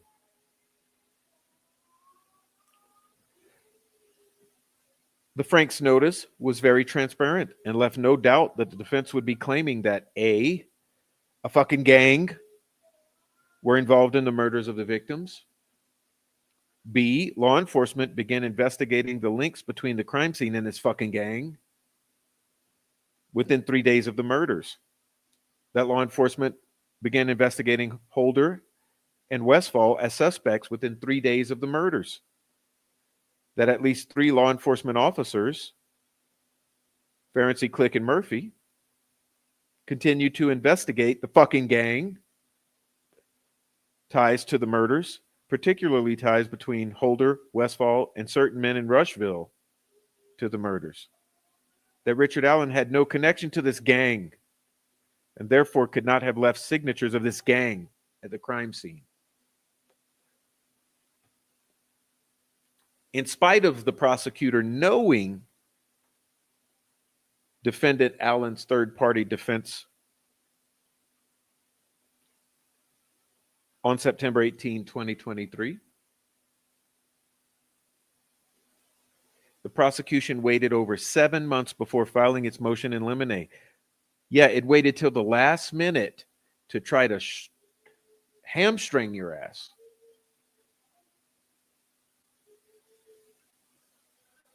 Prosecution's motion was filed 15 days from the May 14th trial. Right. He wanted to leave you with only 2 weeks to prepare for trial. So get what's being said here. When it was thought that the trial would begin May 14th, 2 weeks before was filed this motion in limine.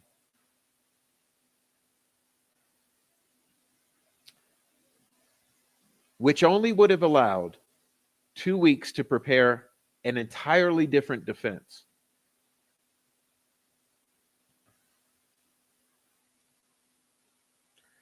Okay.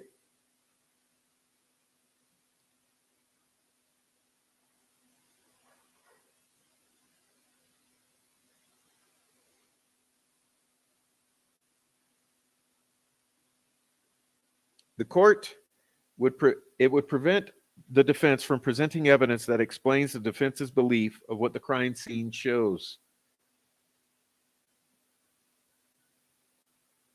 Crime scene shows, which is that certain signatures of killers left at the crime scene revealed that a ritualistic killing occurred, or that it was made to look ritualistic. That's the problem here, you know. Words matter. At the hand of a gang, because Richard Allen has no ties to this gang, the evidence the state of Indiana sought to exclude would prevent Richard from arguing that he did not commit the murders, as he knows nothing about the signatures of this gang, and therefore would have no motive nor knowledge to leave signatures of this gang behind. On August 1st, 2024, the defense presented evidence through expert witness Don Perlmutter that the crime scene was textbook. It was a textbook ritualistic killing crime scene, and we've covered that extensively, her testimony. This opinion was offered from an expert who literally wrote the book on analyzing a crime scene for ritualistic murder and also teaches the FBI, DHS, and other law enforcement agencies all over the damn country what ritualistic crime scenes look like. Furthermore, Dr. Perlmutter has almost exclusively worked for law enforcement and prosecution, not defense. And skipping down here. Furthermore, in its April 29, 2024 motion in limine, the prosecution requested the court to prevent from the defense from presenting evidence that Keegan and Tony committed the murders, even though credible evidence existed that Keegan arranged to meet the victims, which we now know is true because what did Holman just say? Holman said the Anthony Shots account lured the girls out there and planned to meet with them.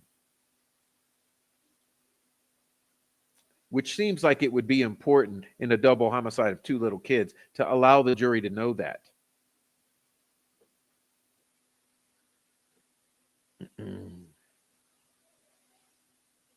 Now, let's skip ahead to this one. Furthermore, prosecution requested the court prevent the defense from presenting evidence that Ron Logan existed. I mean, even though the bodies were found on his land, okay?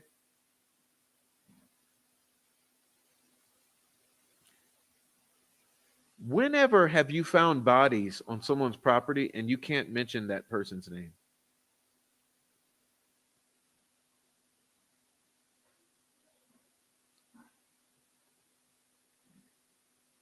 Even though the bodies were found on Ron Logan's property, an FBI authored probable cause affidavit stated that Ron Logan placed a phone call on or around his property at 2:09. Ron Logan provided false information about his activities. The court found that said probable cause affidavit provided probable cause that the evidence of the murders might be found on Logan's property, but we know it wasn't. Furthermore, the motion in limine prevented the defense from presenting evidence from law enforcement officer Todd Click, who investigated the gang. You see? But it's also easy to forget. Remember this? Remember this, because this is bombshell, and everyone has forgotten that this bombshell exists. And to this day, this has not been addressed. But we're hoping that someday it will. We're hoping that someday this will be addressed.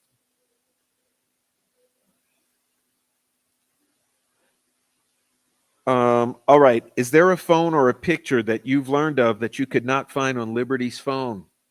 Yes. What was that? The picture of Abby walking across the bridge. Right. So my understanding is that it was it what it was? And I was asked to try to see if I could find it. Could you find it? I could not. And you know what else? It's not in the fucking Snapchat cache. Okay. This very photo is the one that we've all said for years is BS. It's fake. It's fake. This photo was not uploaded by Libby's phone. Don't forget it. Don't you ever forget that that photo was not uploaded by Libby's phone. Now, if it was not, doesn't that immediately mean something else is going on here? Listen, if you need any indicator that something else is going on here, I mean, as if you don't already have enough, you could take that one indicator. You could take that one indicator. Listen, the Abby on the bridge photo not only looks fake, it ain't come from the victim's phone. Wouldn't that be enough to say something is going on here?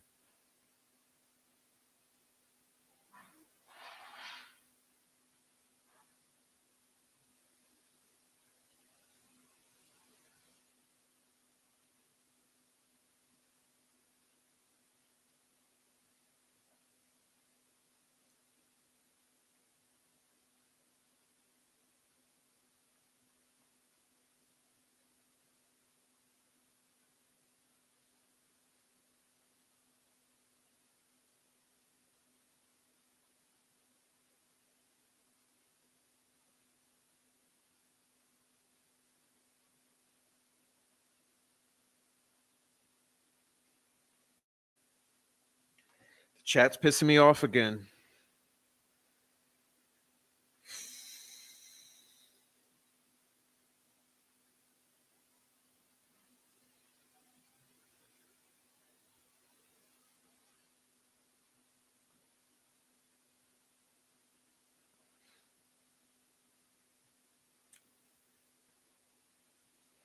I don't know why you people can't just behave in the chat.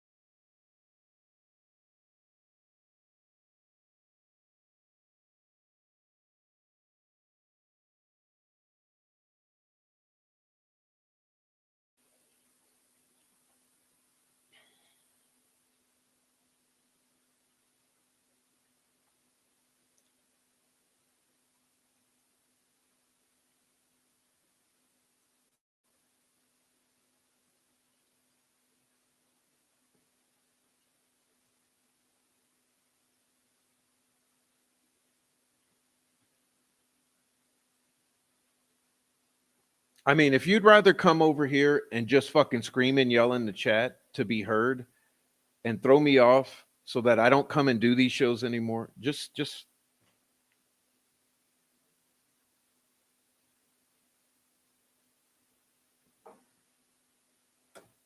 like this is about the fifth time tonight.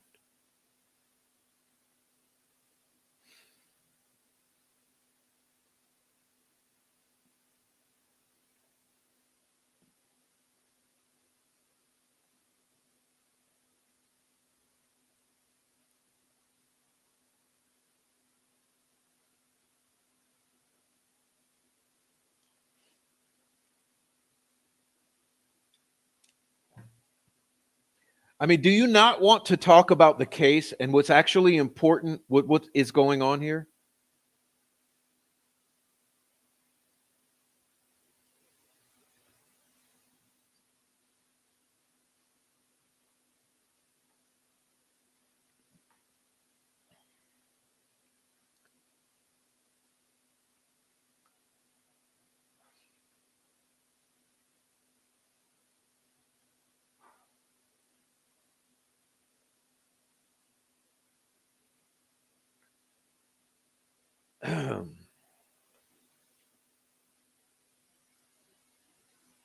Sure, let me check the damn email because I can't even do this right now.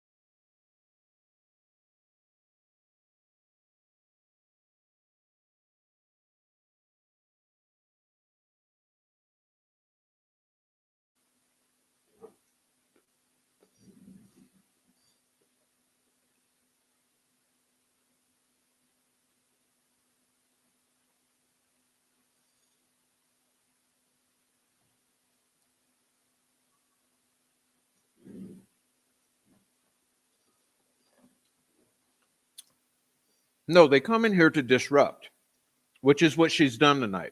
And look, if I've kicked you out of the channel, stop making the fucking fake accounts to keep coming back in. Like, clearly, I don't want you here.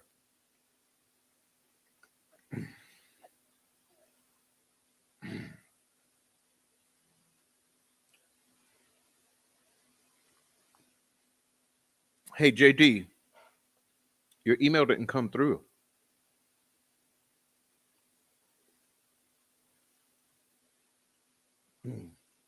Your email didn't come through.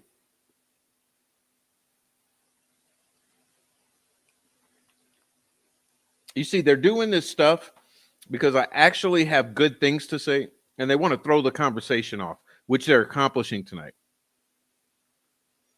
But we were talking about what's actually important, and we just had 3 days of important conversations, and we're supposed to be over here seeing where it leaves us at this moment, right? And I was trying to get at all that's been excluded, all that's been hidden from the jury.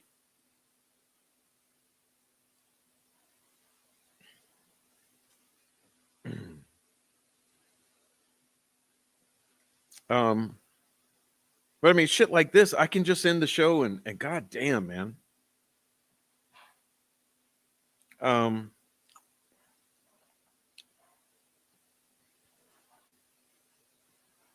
I feel like you've ruined my flow. Like it's been 3 or 4 times. If I'm thinking and you're ruining my, you're throwing my train of thought off. How can I keep talking? Because every time I start talking, you throw my train of thought off with bullshit in my chat. And it's the same one or two. And you go and you make fucking fake accounts and you come and act like you're somebody else. Just look, if you know I don't want you here, don't come.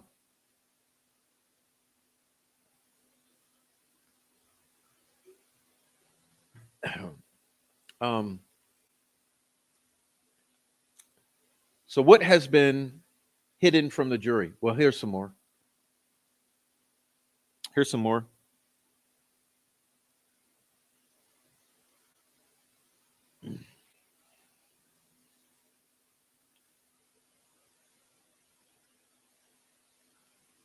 Claims made by Tina Rodell.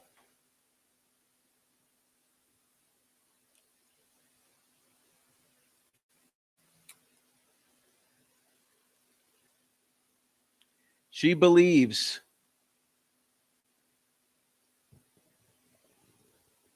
because of the way Gabe Ellis was acting, or something made her believe that there were drugs in the trunk of the car.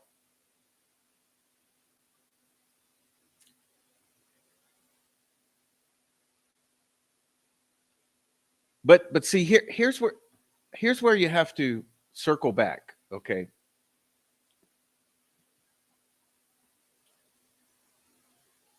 Who are the bad actors that have surfaced in all of this?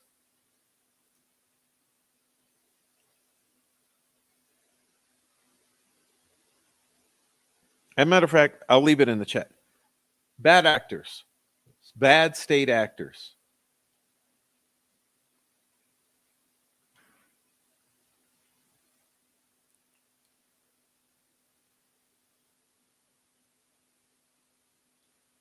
I mean, we're talking about what the attorneys have been discussing.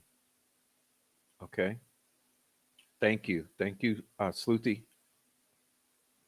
Okay, Sleuty. Okay, good. Now, listen, when Tina called, well, who's the first one she talked to?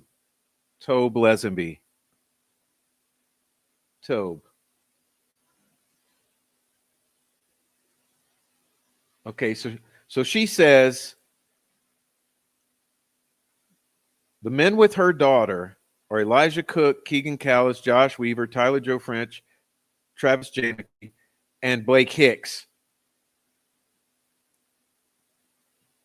She said her daughter called from the bridge on the 13th. But you have to understand, it was the 13th. It was at 2 a.m. on the 13th.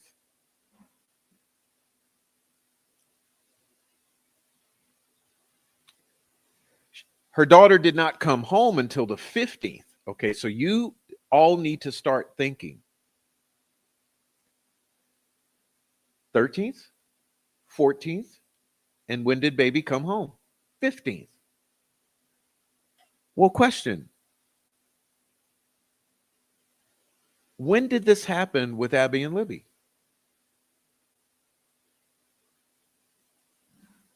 Right in the middle of that. It's bookended by that. Okay. What place did this occur?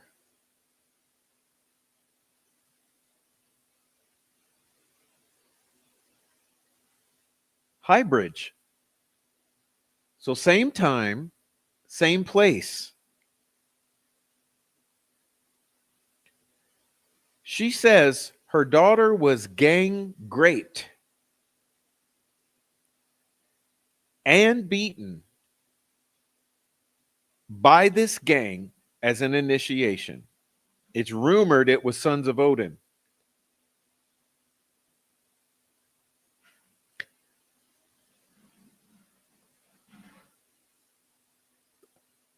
This daughter says that she stabbed Abby in the neck while looking at her in the eyes.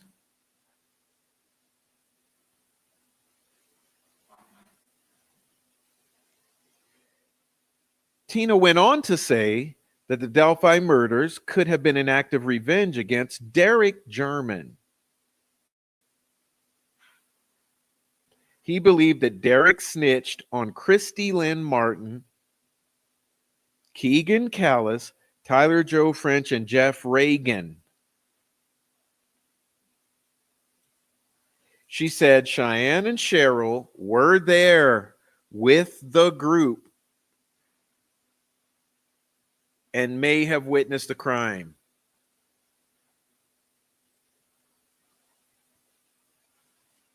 She says Josh Hewitt may have been with the group and that he told her daughter who started the Flora fires. And that at some point she was taken to a gray barn near the High Bridge. and that Derek had ripped off Christy Lynn Martin.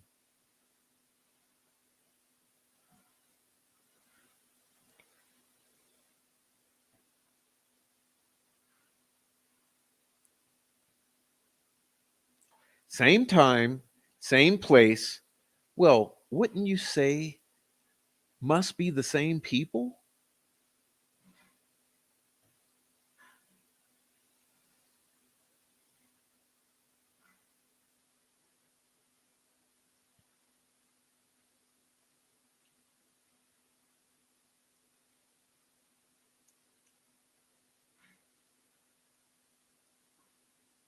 So Kelsey and Libby were screaming at each other.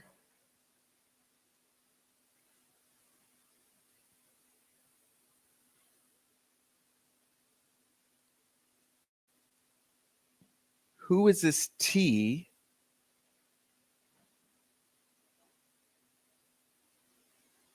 Libby's phone pattern usage was atypical.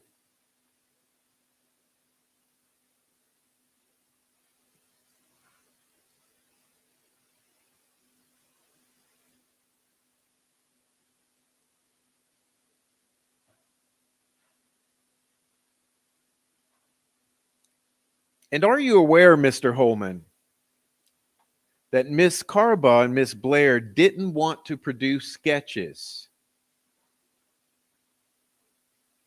but were pressured to? Yes.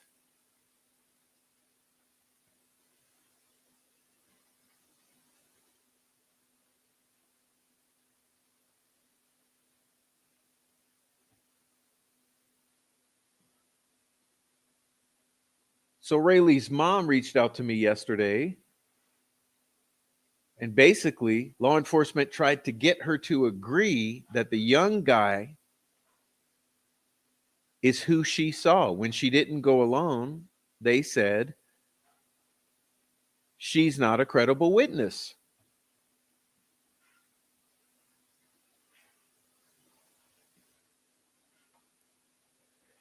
In 2014 and 15, Derek was arrested and convicted of multiple counts of manufacturing and distribution. After being labeled a criminal, he took a plea deal that saw him cooperate with the DEA, FBI, and ISP. Instead of getting 20 years, he got 11 days, which turned into 1 day. I mean, 1 day. Because our favorite judge suspended the sentence and commuted the 1,100-day sentence to 1 day time served. Derek got his supply from Gabriel Ellis, who has ties to the Sinaloa drug cartel out of Chicago. Ellis, child predator, violent felon who has at least 10 previous criminal charges throughout the year, sexual violence, child predator. Get this, Fouts ensured he was never locked up. Keep in mind, Fouts jailed 80-plus-year-old Ron fucking Logan for 4 years for driving.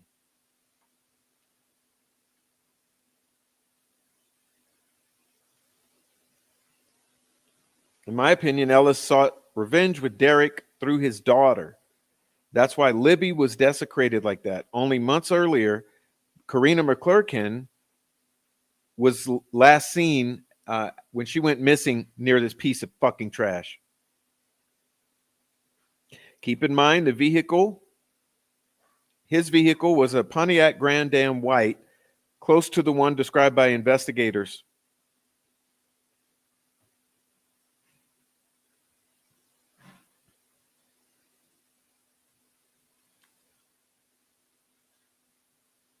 Uh,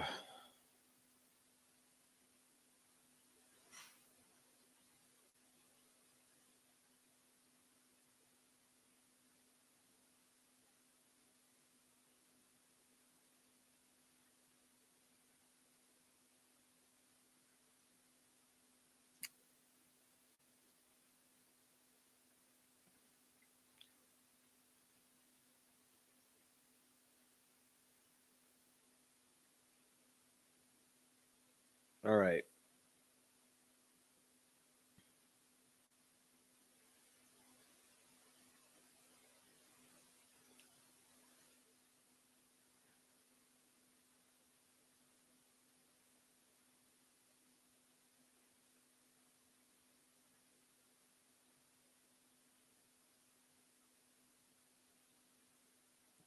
And it's funny because there's this thing. Let's see. I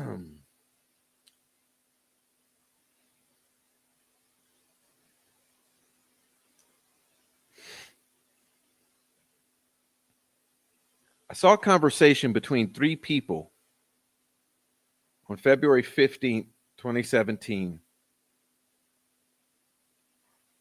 Oh, this is the wrong one. This is the wrong one. So that's a thread I'd have to go find. So we'll forget it. Um,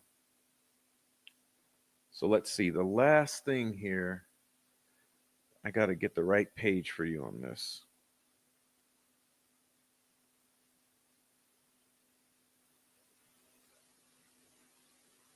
Where is it? Gee willikers. All right.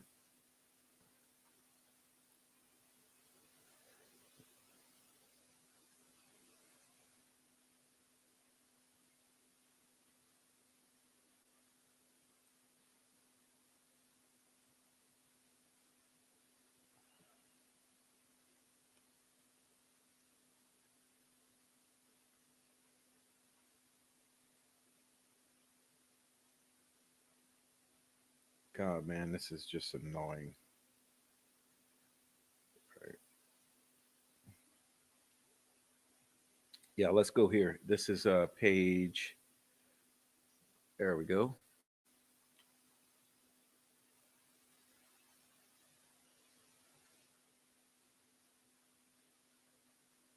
I'll get close to it. Let's see. There we go.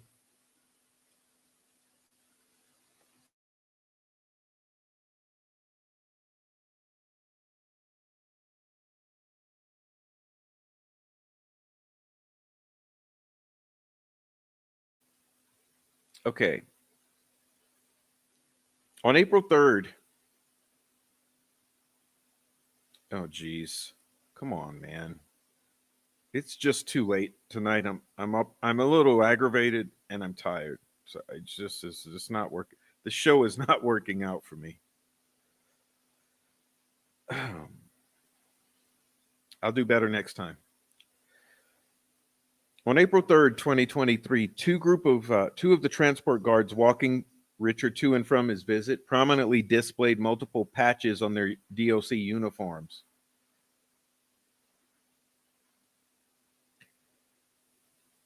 The top patch, "In Odin We Trust," was displayed under their embroidered name tags on the right side of their DOC uniform shirts. Okay, keep in mind. So I think that's an important detail people have missed. The patches that you're going to see were right under the name tags. Name tag patch. As it's almost like one thing. You know, when you've seen that before, name tag with the patch right under it, almost like it's one unit. Okay. On the left side of their DOC uniform shirts were two patches. The lower of the two patches consisted of a partial American flag and interlocking triangles. The interlocking triangles is a common system for a symbol for those involved in the pagan Odinist religion. Above this American flag, interlocking triangle patch was a patch that proclaimed, "I hate people." Below are images of those patches.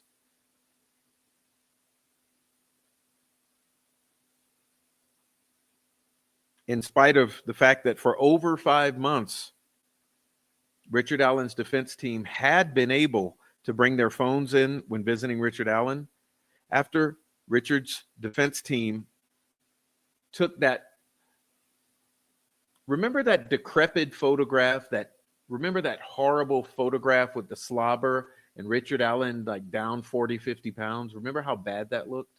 Well, after that photo, they were banned from bringing their phones in. Warden Gallipo apparently issued an order that Richard's defense team were no longer allowed to bring in their phones. Because Richard's defense team were no longer able to bring in their phones, the defense team was not able to take videos or photographs of these patches. Okay, therefore, the defense team is providing affidavits from members of Richard's defense team that viewed these patches on multiple occasions. Here are the patches worn by the guards. The images below were found on Etsy. The patches can be purchased there. Now listen, this goes right with the name tag.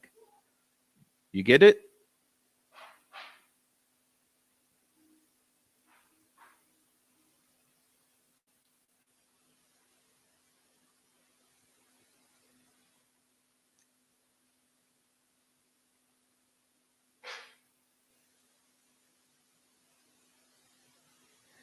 The first time Richard's defense team noticed Sergeant Jones and Robinson and the patches that they wore on their DOC uniforms was April 3rd, 2023.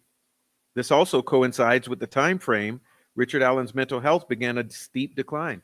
Remember, let's ask Sleuthie, because she's all-knowing in here. Listen, what's the date of the worst of Richard Allen? Isn't it this exact date? April 3rd, 2023. This coincides with the time frame that Richard Allen's mental health was beginning a steep decline.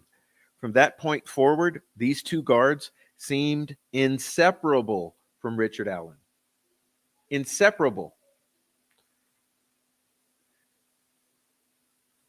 Officers Robinson and Jones would walk Richard Allen to and from his attorney visits, as well as on one occasion when Allen visited his wife. They were always wearing these embroidered patches. For a period, Sergeant Robinson and Jones were also videotaping Richard Allen and his interactions with his attorneys.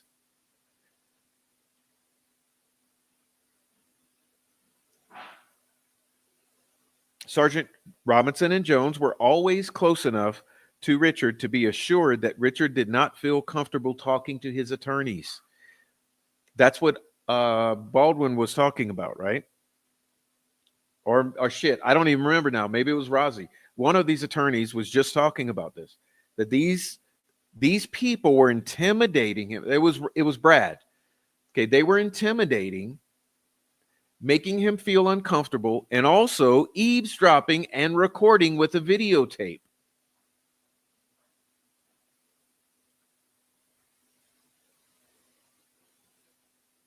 You see? So Rick could not talk with the lawyers or Kathy Allen without these guys wearing these patches, standing right over him, towering over him. These same guys who were holding the leash, who were holding the remote control to the shock vest.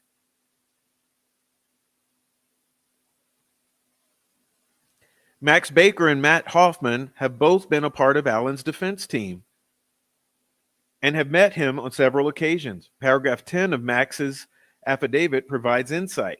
During one memorable visit on May 4th, 2023, myself, Attorney Baldwin, and Rozzy met with Richard Allen to discuss matters involving the case. At this time, Richard was in a mental and physical state of deterioration and was nearly non-communicative. During the visit, Richard Allen repeatedly asked whether or not his wife was okay and if his family was okay. He claimed on a couple of occasions that they were going to kill him. When asked who he was referring to as they, Richard Allen responded by saying, "The guys with the odinous patches." You know, the guys holding the leash, holding the remote control for the shock collar or vest, and holding the video camera.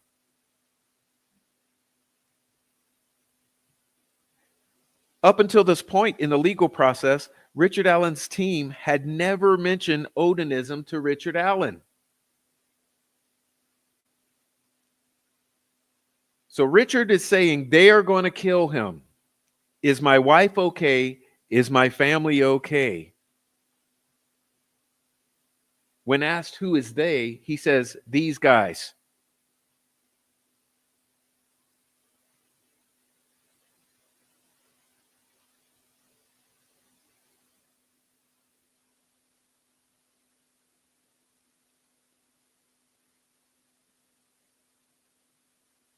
On his Facebook page, Sergeant Robinson does not hide his devotion to Odinism. On June 25th, 2023, Robinson posted a photo of what the defense would call an altar. Listen, I'm showing it to you so that you can verify that what I'm saying is true or correct. Did you hear what I just said? On June 25th, 2023, Robinson posted a photo of what the defense would call an altar featuring horns, antlers, Thor's hammer, and a dish sitting on top of some type of animal fur with various runes decorating the outer edge of the dish. All of these items were placed on a circular wooden platter. Then Sergeant Jones liked Sergeant Robinson's Odin altar post.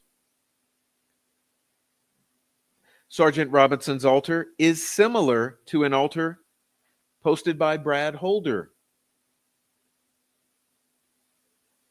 As said by Max Baker in his affidavit, Sergeant Robinson was involved in transporting Richard Allen to most, if not all, of his attorney visits. Sergeant Robinson always wore his Odin patches. However, that changed following Holman's contentious August 10th, 2023 deposition. In that deposition, Holman begins getting called out by the defense for Unified Command's incompetent handling of the Odin aspect of the investigation. It was also at that point in the deposition that the defense began asking critical questions concerning the way that Unified Command handled the investigation of Brad Holder, Pat Westfall, Johnny Messer, Elvis Fields. You will note that nowhere, listen to this closely, you will note that nowhere in that deposition did the defense reveal to Holman that it was aware that Sergeant Robinson and Sergeant Jones were wearing the In Odin We Trust patches. Rozzy and Max Baker visited Richard Allen subsequently on August 17th, only 7 days later, 7 days after this contentious Holman deposition, in which it became obvious that the defense was fully aware of the strong evidence that Odinists committed or played some part in these murders. At this August 17th visitation, Max Baker states, Sergeant Robinson no longer was wearing his patch. What are the odds? What are the odds? So remember what's being said here. August 10th, Holman deposition, he becomes aware that they're sniffing out this heathenry. A week later, Rozzy and Max Baker go back to visit Richard at Westville. Odin patches have disappeared.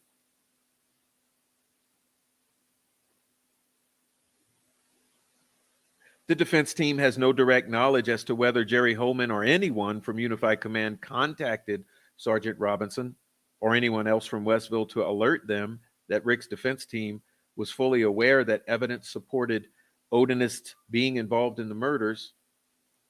However, it's certainly a curiosity that deserves attention and consideration. As Max Baker describes, Sergeant Robinson was always within a few feet of Richard Allen during Richard's meetings with his wife, Kathy.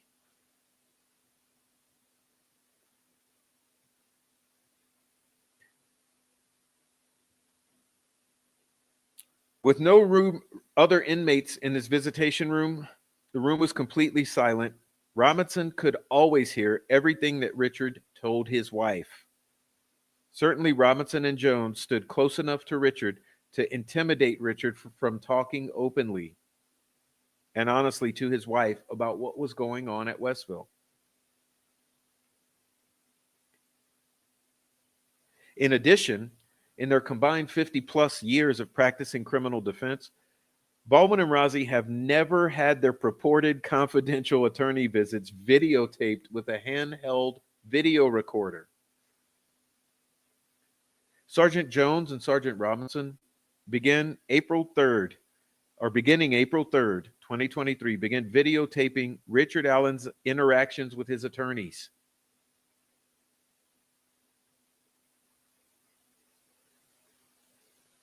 Particularly outrageous was the fact that Richard Allen was required to face the camcorder from about 10 feet away through a glass. This means that Richard's mouth was being videotaped. This means that Richard was not able to talk freely and say things like, "They are stating that if I don't tell my wife that I am guilty, they said they're going to harm my wife." If Richard were to say anything like that, it would be on video. Remember, Richard Allen continually asked his defense team if his wife was okay and if his family was okay.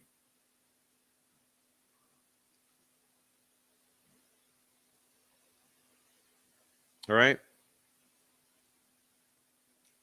Let's skip ahead. Sergeant Jones's Facebook post reveal his ties to Odinism. Find attached an image taken from Sergeant Jones' Facebook page.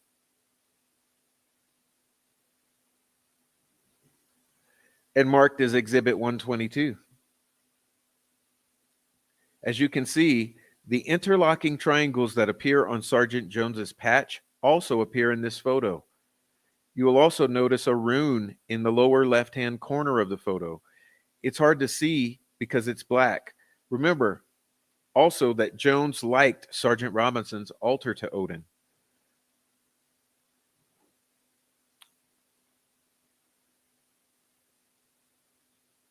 They don't teach you in school what to do when your client who is accused of murder is being guarded by members of a gang.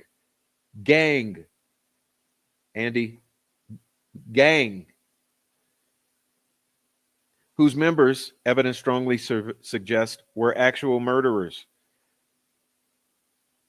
Again, the defense is not claiming Sergeant Jones and Sergeant Robinson are involved in the murders, just that they are gang members of the same gang that evidence strongly supports were involved in the murders. Yet, that is where we are. At some point in time, coincidences cease to be coincidences. The fact that Liggett did not want Richard Allen to be removed from Westville, purportedly over transportation issues, is curious. The fact that Odinists are guarding Richard is very concerning, or at the very least curious, considering the evidence discussed in this memorandum. The fact that Sergeant Robinson stopped wearing his "In Odin We Trust" patches within days of Jerry Holman and Unified Command learning that the defense was fully aware of the evidence leaking Odinists to the crime scene and the Unified Command had avoided investigating Odinists is curious. Okay? Now, there's more. Okay? There's more. It's going to take me a moment to grab.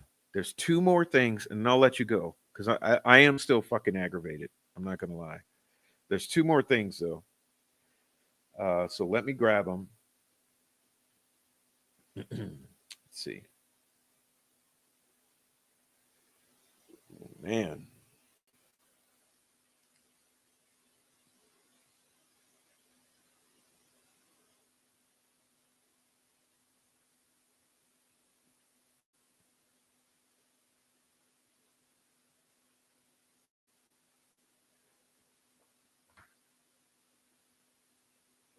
All right. So hopefully everybody's laid back in the chat, not being an idiot.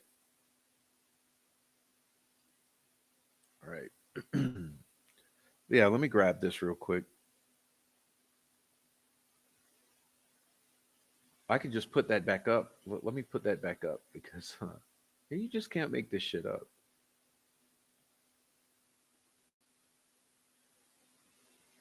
Let's see. We got two more.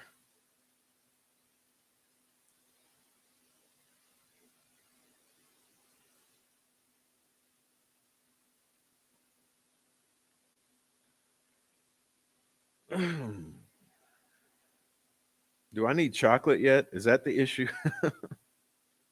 Need to go grab that chocolate. Just losing my mind over here. It's fucking trolls. All right.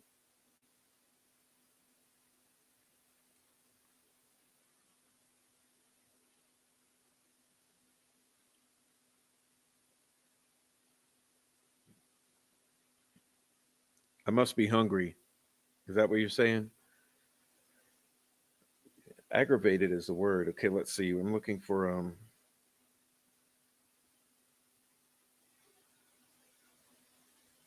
let me grab this.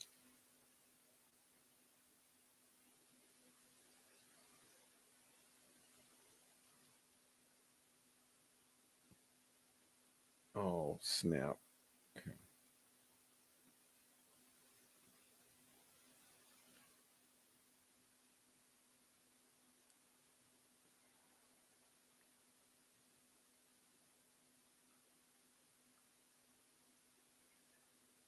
Okay, where did I put it? Here we go. All right, we got that. And the other one, I didn't have this ready for you, so I apologize. I didn't want to be any later. Let's see. We're gonna get this one is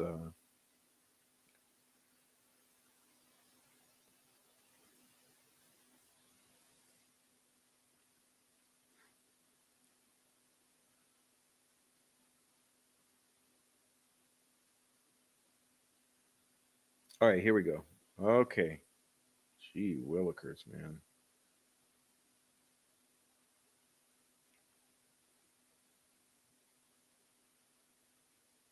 Okay.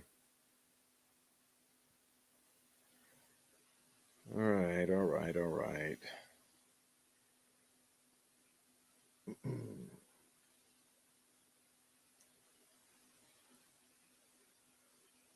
Select. Send over to computer.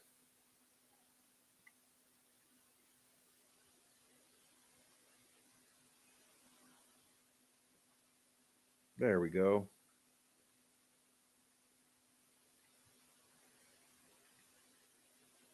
All right. Sorry about that. Hold up. I probably will get a chocolate in a moment, though. Let me grab this real quick.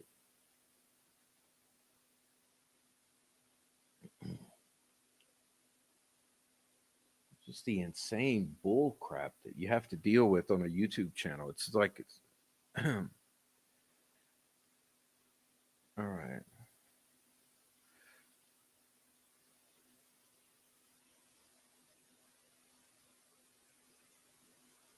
Oh yeah, I got that Big J Dick.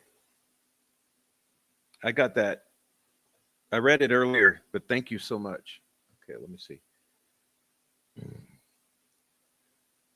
I don't know why did it take long to come in or whatever happened.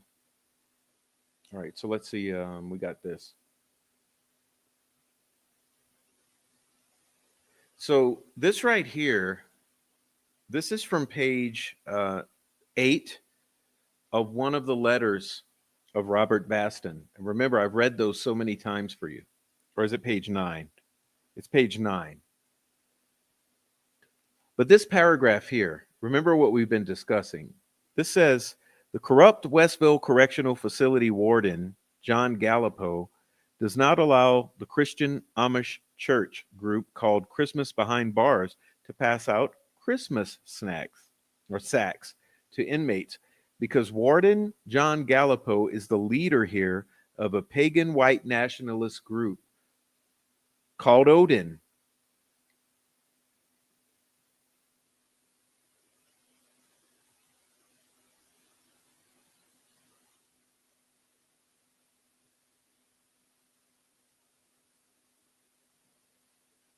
The corrupt staff and officers here at Westville Correctional Facility and at other Indiana Department of Correctional Facilities wear Odin and Punisher patches on their uniforms and stab vests.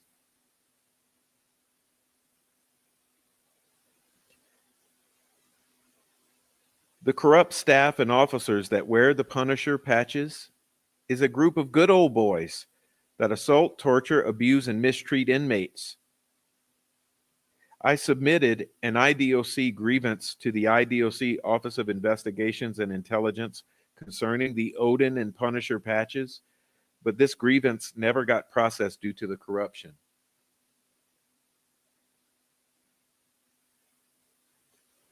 Okay, I feel like I have to emphasize this for you as well. I know I've read it before, but okay, understand this is an inmate who's writing a 10-page letter about the abuse of Rick Allen.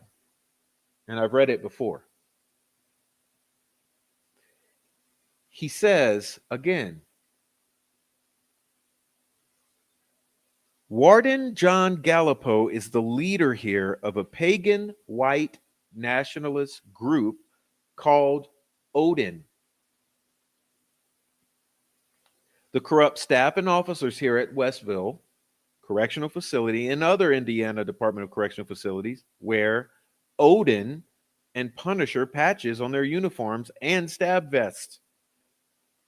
The corrupt staff and officers who wear the Punisher patches is a group of good old boys that assault, torture, abuse, and mistreat inmates. Does it make sense? I mean, is this a nexus? Is there some like consistency here?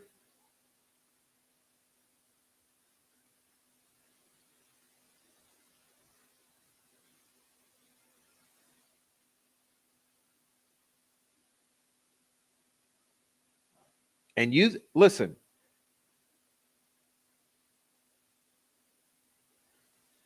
Where is my slide? Here.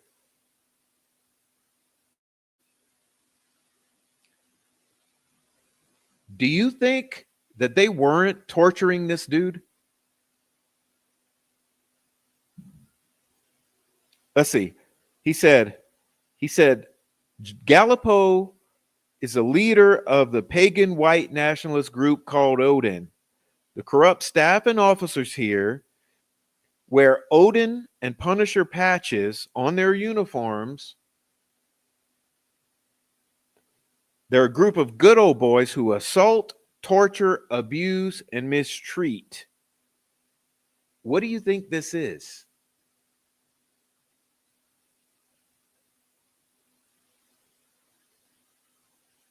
Sorry, wrong one. All right, do I need to be any more fucking explicit with it? See, that. Okay, that equals that.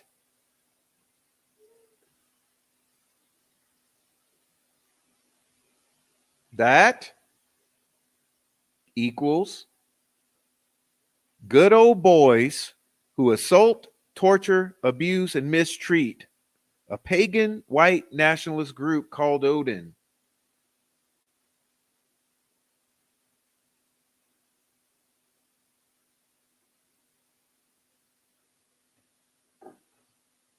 Now, to Jerry Holman, is this a religion?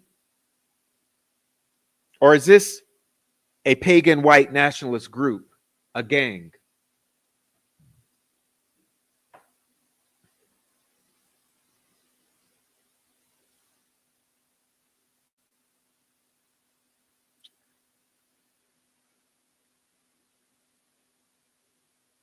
Remember,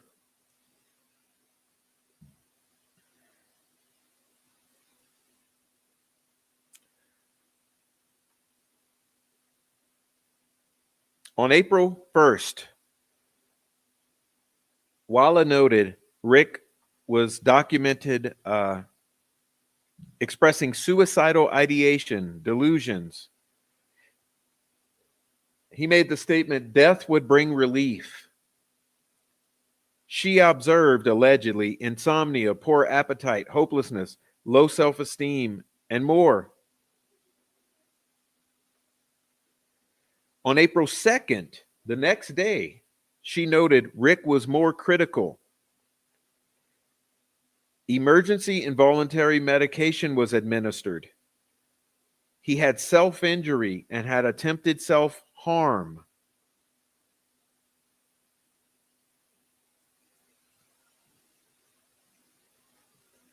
Okay. On April 3rd, he tells the attorneys, they're going to kill me. The guys with Odin patches. On April 13th, Walla noted a grave disability, observed consuming feces, given involuntary medication via injection.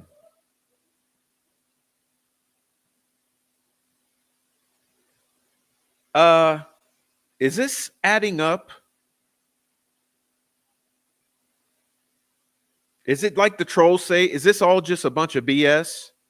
Is this all just a bunch of BS, or is it kind of adding up?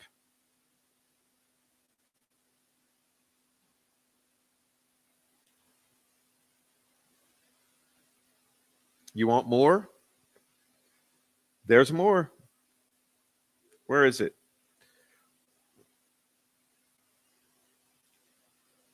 So we're going to get to Walla, okay?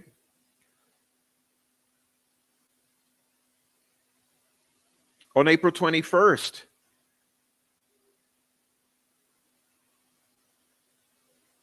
Walla observed disjointed thoughts. On May 3rd, Rick started to want to confess. I want to confess.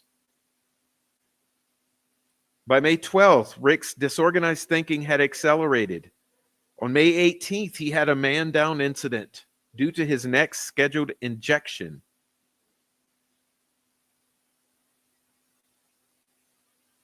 On May 22nd, depression was at peak. Physiological symptoms included trembling, stuttering, buckling knees, bulging eyes. By July 11th, began some signs of improvement.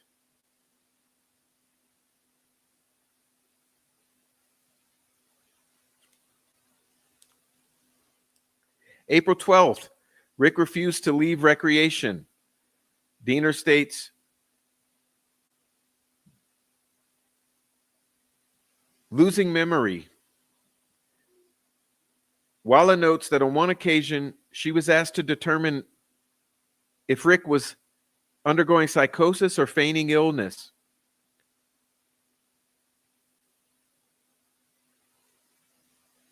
In addition to Haldol, Rick received Prozac, which he had been on since before arrest.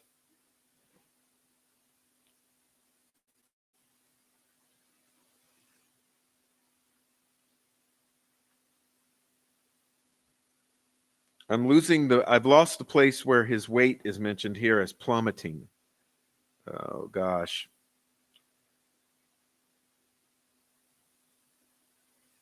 Well, I've lost it, okay? I've lost it. But I think I've made my point here. Let me remove this.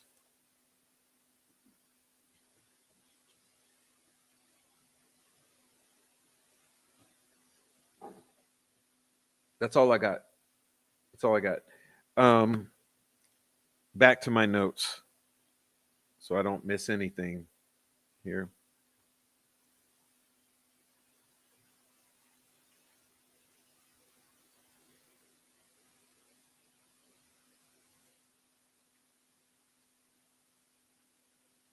I guess back to the overarching theme here from the three attorneys.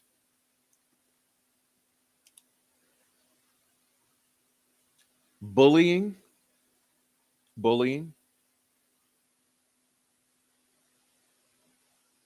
remember the intimidation. So not only did you have this going on at Westville, the direct intimidation of Rick Allen, which eventually got the confessions out of him, right? Remember, I've said the confessions were a side effect of the attempts to get him to plea. So the purpose was to force him to plea. That was the purpose of the intimidation. They did not achieve their goal of a plea. So what they got as a side effect, though, were confessions.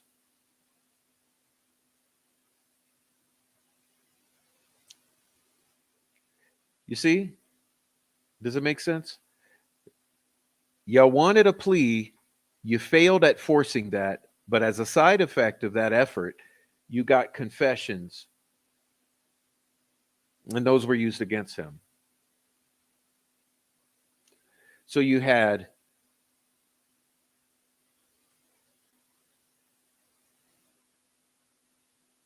a collective effort to corner him into a guilty verdict.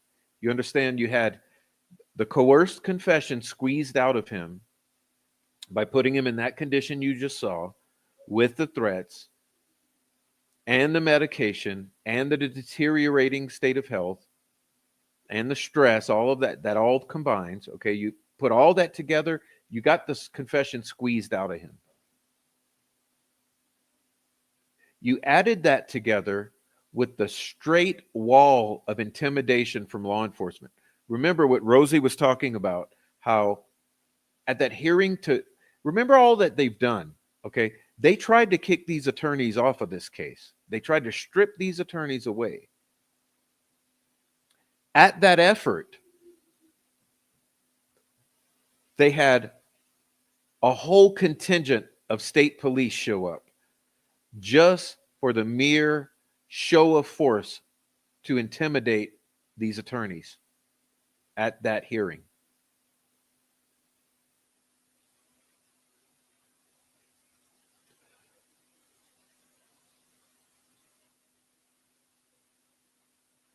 The attorney stepped off. Supreme Court flips the decision, right? Then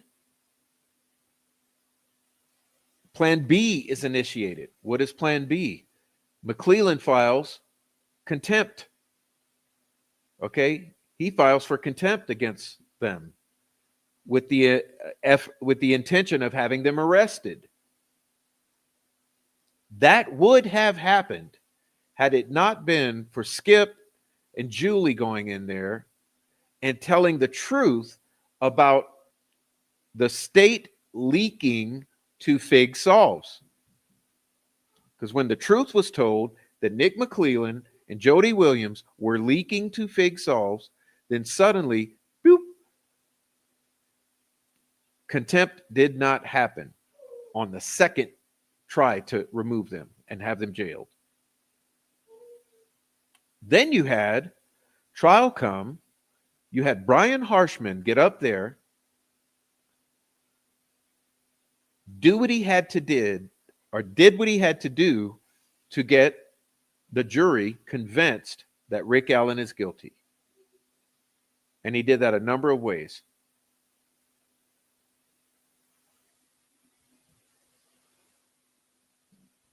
Harshman was used as a tool to manipulate the jury.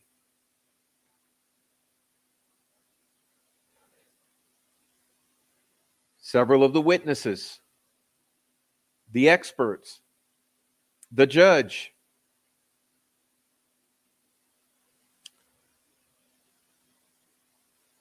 as I mentioned, imagine what was kept from the jury and how that might have changed things. The entire context of the Delphi murders narrative was kept from that jury.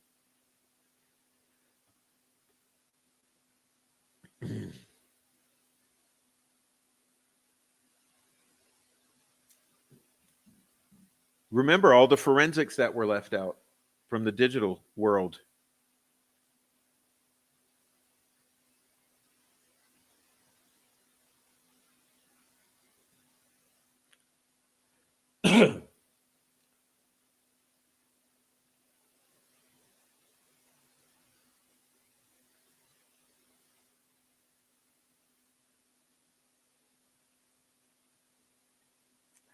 I mean, going into this show, I had an overarching theme and a point, points I wanted to get across.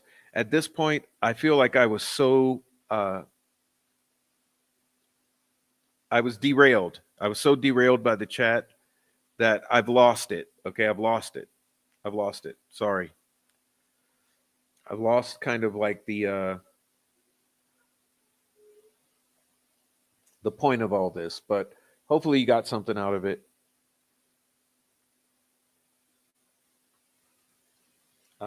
I want to thank Big JD. Thanks for sending me that.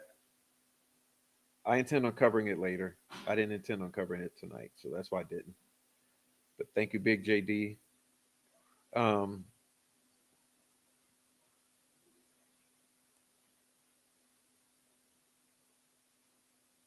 I guess before I go, I want to say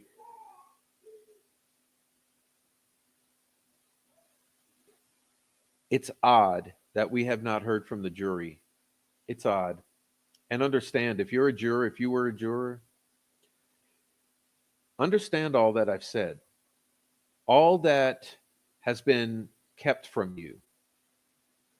Basically, the entire context of this entire case was kept from you.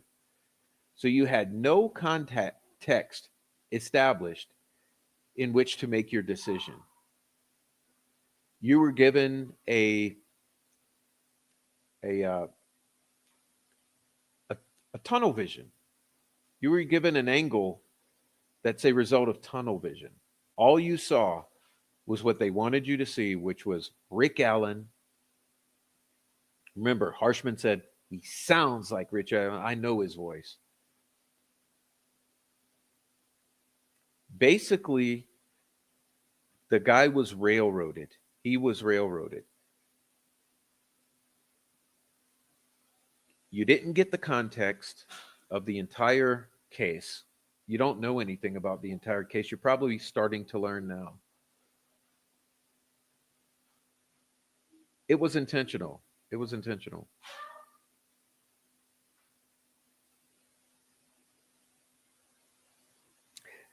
And it's odd now because although these state actors succeeded in convincing you to find this man guilty for this crime with no context,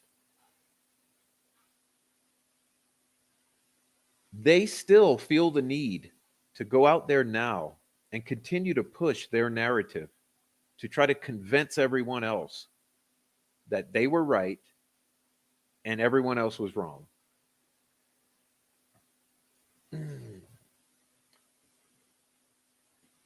Now, if they really were right, do you think that they would need to convince, that it would take all this convincing? If they really had a case against Richard Allen, do you think that they would have had to do it this way to shove this down your throats?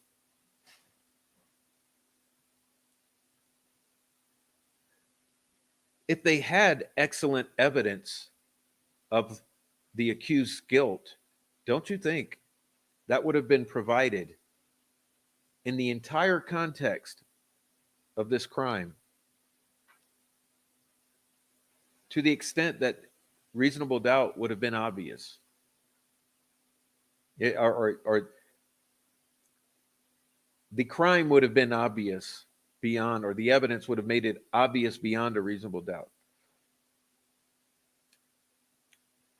But because they had none of that, they had to do what they did, which was withhold evidence, destroy evidence, manufacture evidence, obscure evidence,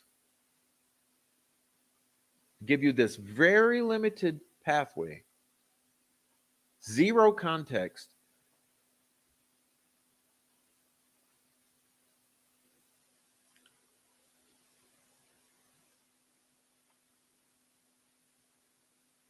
It's really despicable. And you all,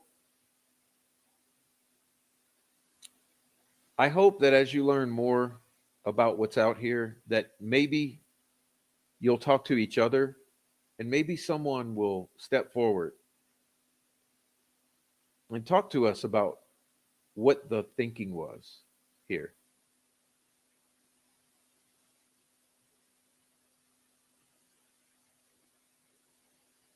I mean, truly, there would be no reason to have a all-out PR campaign, uh, narrative push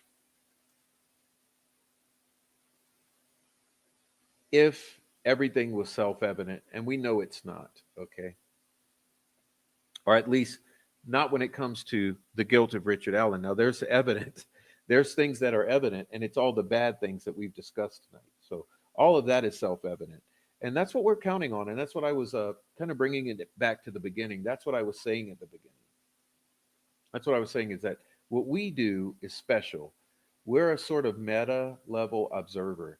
We observe what is self-evident, and then we discuss it, and it's how you always end up kind of right over the target because you're focusing and magnetizing uh, on what's you're drawn to what's self-evident, and so that's where we are. um,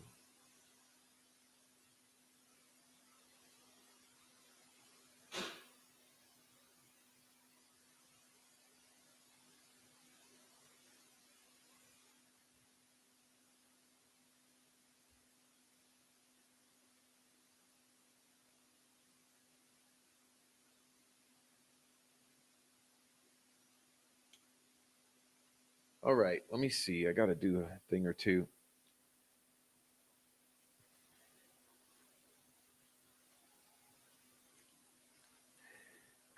I want you to please hit the like if you're here and we are ending.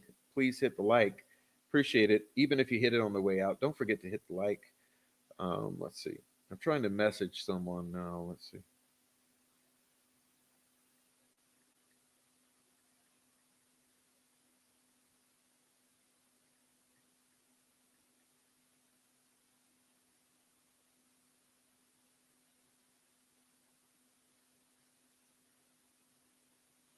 All right. And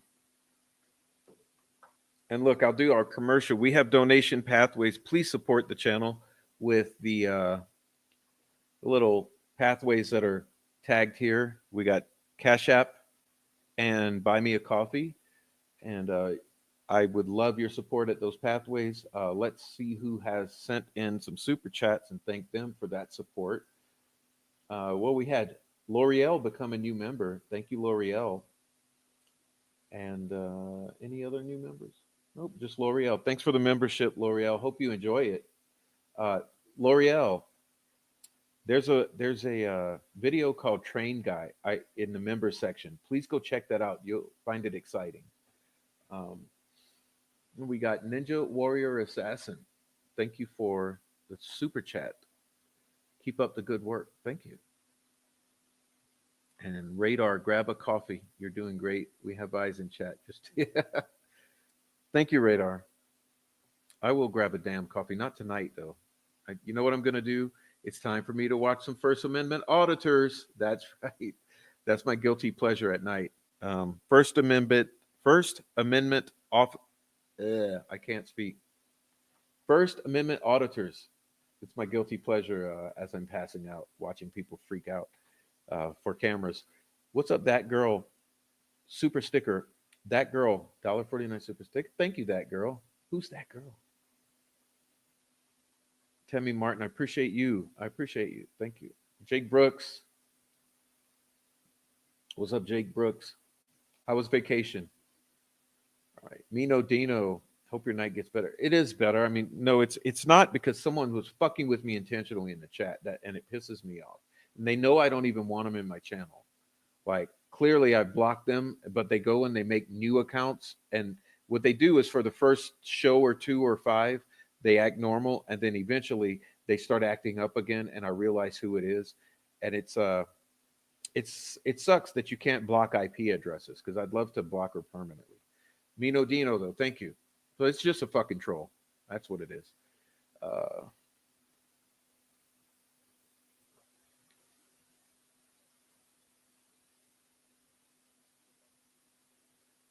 all right. So I love you all, though. Sorry for the. I had a moment. I had to cool off. Okay.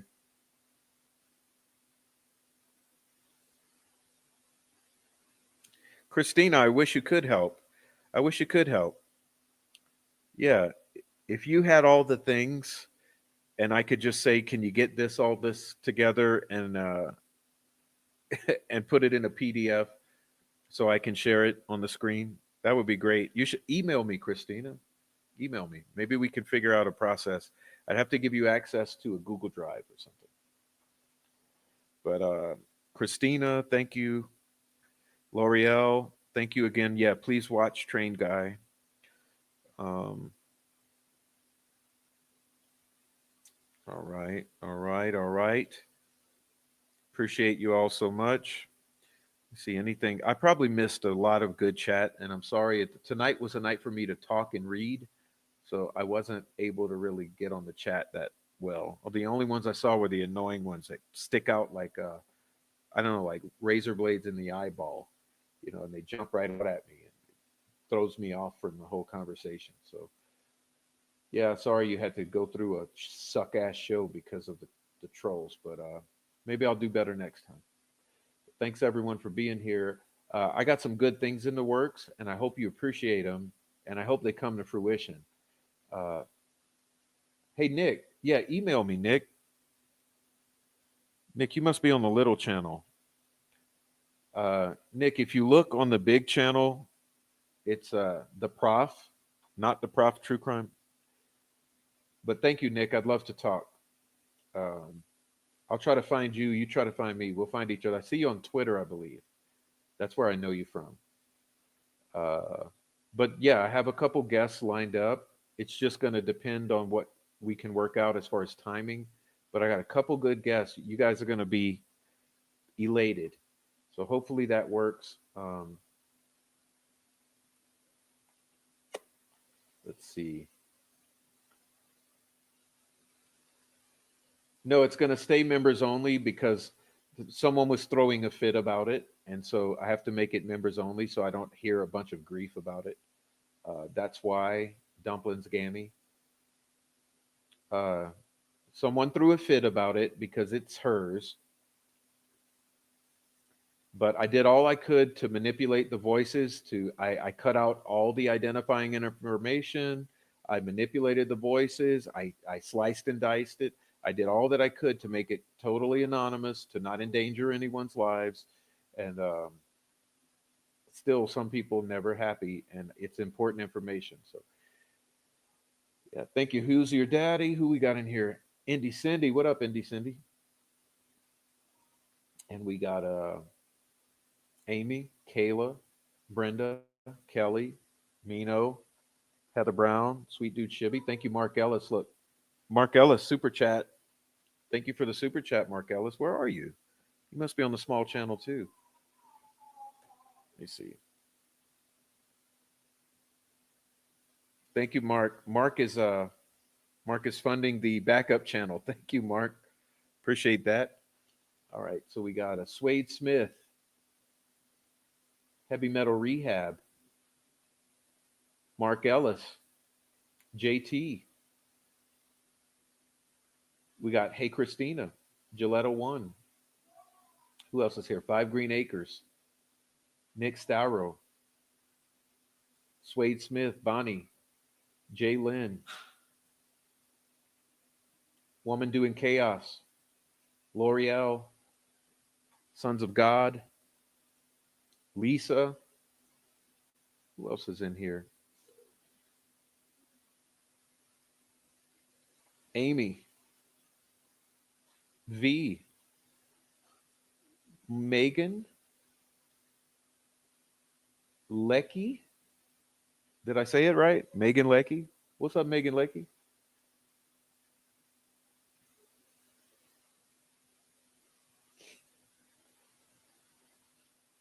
Rebecca Green, Joey Lowe, or Lao.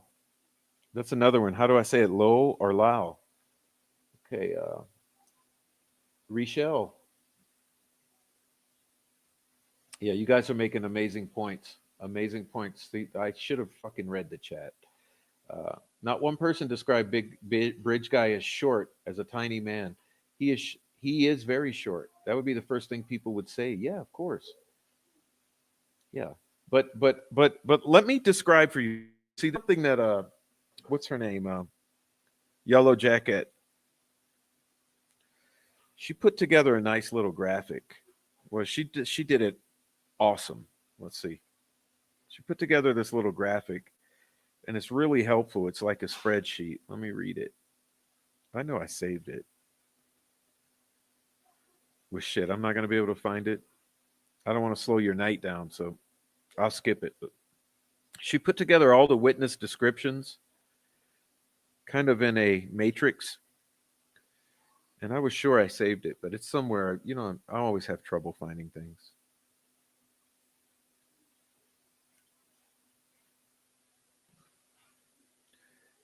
But no, you're right. I mean, everyone described him in every other way, right? They described him as tall, as muscular, as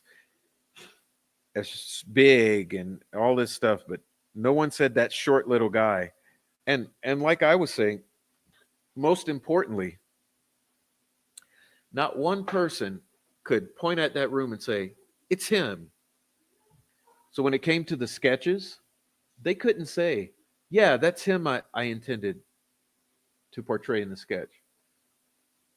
And when they sat there in the courtroom and talked about this guy they saw, they also couldn't say, "Yeah, yeah, that's him. I saw him." Think about that. You really think about that because look, if the prosecutor had that,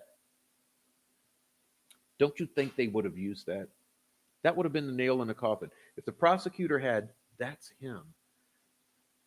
I mean, remember, I believe that in To Kill a Mockingbird, isn't that one of the clinchers?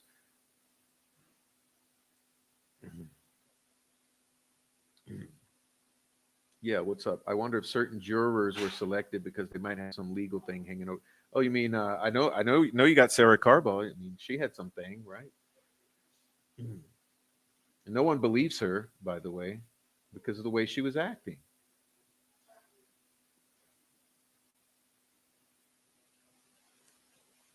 How many phones, how many murders have happened, and Ellie didn't take at least dumps of the phones? Yeah, thank you guys so much for the nice chat. All right, let me get back to whatever we're here. Um,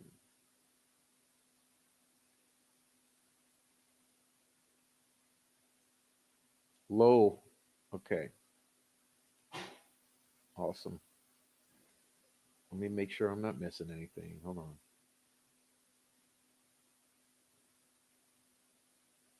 The girls walking together all gave different descriptions. That's a good point. Yeah.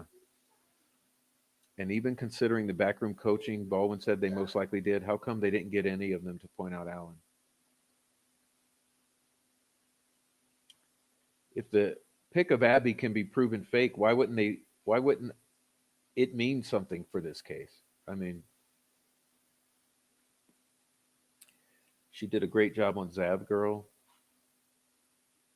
Mm, yeah, but none of that shit's like what I'm waiting for is the actual real deal. We need the actual real deal Bridge Guy video. We need it. The real untampered. Mm, that's what I'm waiting for. All right. All right. Thank you, L'Oreal. All right. Let's see. Oh, Jalita, I said your name right. All right, girl. That was not so bad. Okay. Thank you for the show. Thank you for the show. All right. Now let's see what we got here. Betsy Blair's statement about the tan jacket. Where did she give this interview and date? They said they lost everything before. Yeah, we were talking about that with Skip. You know, me and Skip always have the best conversations, and I think we might have did some of it on a live stream. But we've talked a couple times before about what about that bets that what about these various statements. No, okay, Betsy, it's the Sarah Carbaugh statement was a tan jacket. What about her statement when supposedly this is a time frame when everything is deleted? Uh, there's a lot of things like that, but we'll get into nitpicking those details later. But my point here tonight was the shows by the or the interviews by the attorneys. Let's see what we got here.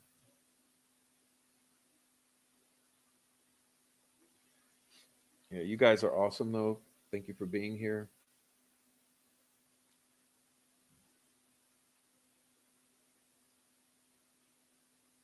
All right, all right. I see you guys. I'm still an hour behind, but thank you. Sorry. No, it's okay. It's frustrating when you got people who don't get the message. Okay. What's up, Nick Starrow? He's Nick Starrow's now has found the main channel. Thank you for the super chat and the main channel. Check your DM for the chart. Oh, thank you. Maybe I'll look at it then. Because I lost mine. All right, let's do this. See if Kayla sent it.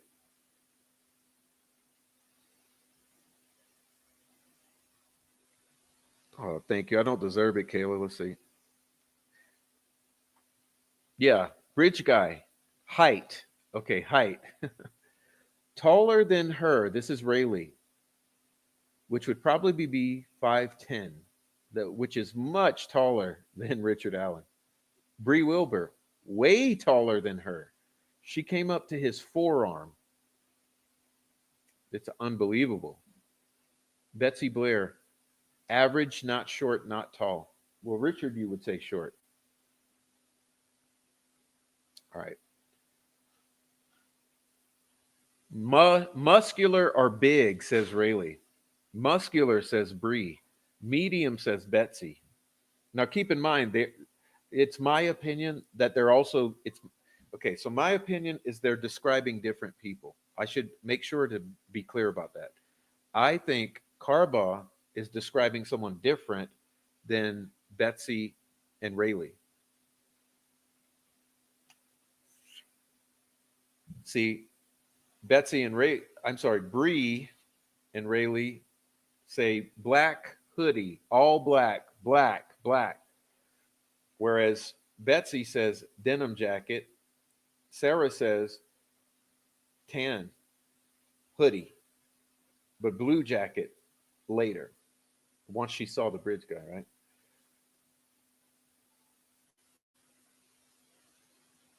Yeah, I'm gonna post this. She won't be that mad. You can't look. You can't strike a community post anyway, so I'll post it anyway for the people because those of you who haven't seen it, this is a good little. I don't know. I call it a spreadsheet. It's a good spreadsheet. It's my opinion. They're describing different people. Okay. Bottom line, they are describing different people. At least that's what I believe. I'll always believe it. And here's one thing: even though they're describing different people, neither of them are describing Richard Allen, who you would clearly say short guy, small guy.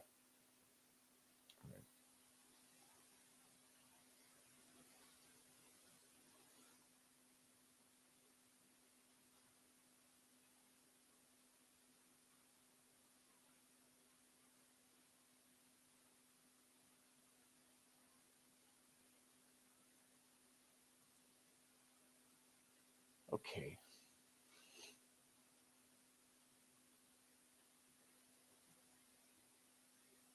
Prof was the gas station, the marathon station, the video the FBI lost early on a nothing burger or you no Carroll County deleted. I think the FBI came out and said they didn't. Remember? I believe FBI came back and said, we did not destroy that. Yeah. So, no, that's the beat. That's, like I said, in my opinion, they've deleted everything that was actual evidence, which is why you got 70 days of evidence. All the fucking gang. I think they deleted the entire evidence of the gang.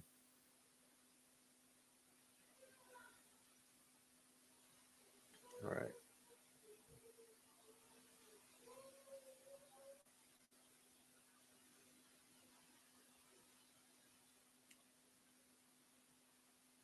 Bree and Kelsey definitely know something.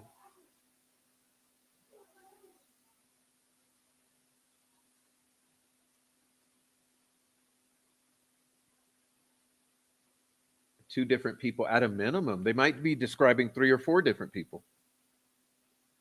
I always believed there was a guy in all black for sure. No, who was in all black? Black boots, black jeans, black hat, black face covering, black coat, like black, black, black, black, all blacked out. Who was all blacked out there, acting shady? All right,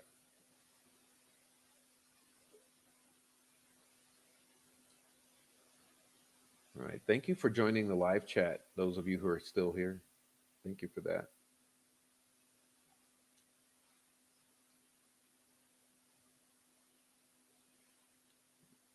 All right,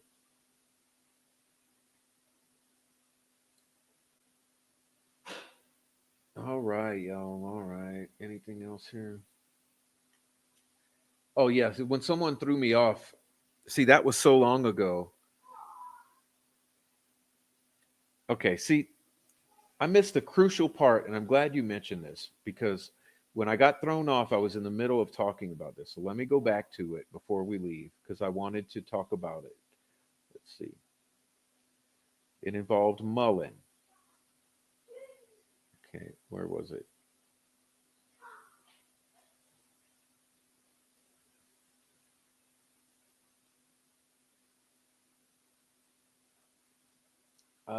Is this it? No, it's this one. Okay, listen. Here was a point I wanted to make. Okay, back to this. And this is why it's bad to have people throw you off in the chat because this was part of what I was saying earlier when I was talking about this. And I got thrown off right at the worst time because I was asking, you guys tell me who are the bad actors, and I said, and Sleuthy said, Holman, Mullen, blah, blah, blah. And I said, yeah, well, what's interesting about this? Okay, so Tina called Lesenby. Lesenby had Mullen to go and try to talk to this group. Okay, so this group, Megan Allen and all these guys who were allegedly out there on the 13th. And remember, she didn't come home to the 15th. So where were they between the 13th and the 15th? There's a gap there, isn't there? The same time that all of these dead girls are missing. Aren't they all kind of missing together? It's as if Megan Allen is missing at the same time Abby and Libby are missing. But Abby and Libby are found on the 14th, and Megan Allen is found on the 15th. Anyway, my point being is that who was put in charge of going question all these kids about this and what they knew about it and what they knew about Abby and Libby? Who? Steve Mullen.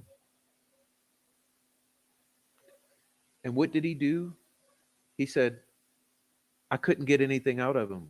It was worthless. They were all too strung out and high and blasted out of their minds.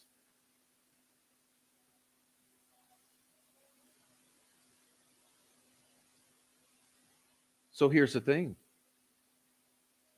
Is that the way you do policing? Did you ever go back to them, Mullen, once they sobered up a couple days later? Did you ever investigate any of what Tina was saying about those kids who were supposed to be out there at the bridge, high as a kite, doing things like gang raping each other, stabbing each other, initiating each other into the gang? This group of meth head teenagers and dealers, did you ever go back and talk to them once they sobered up?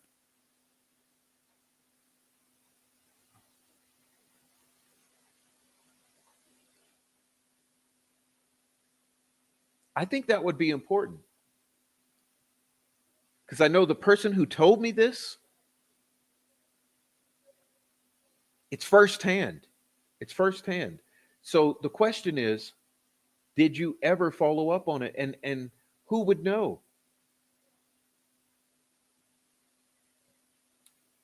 And why is Tina changing her story these days? Why is she changing her story?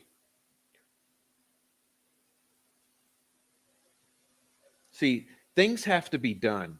Like if this group is not looked into as equally as Holder, Westfall, and the others, then there's a problem here because those people were out there and they were missing at the same time Abby and Libby were missing.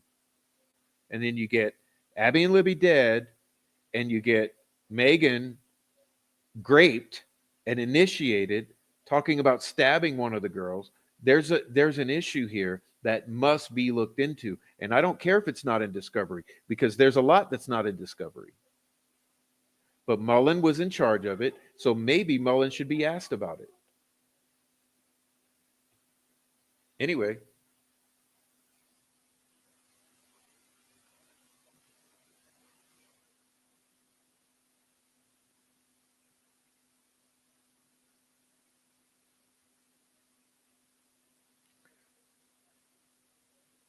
that's what I meant to cover earlier before I got triggered by the chat. So let's just cut that and go paste it when I was addressing Sleuthy Goosey, asking her who are the bad actors.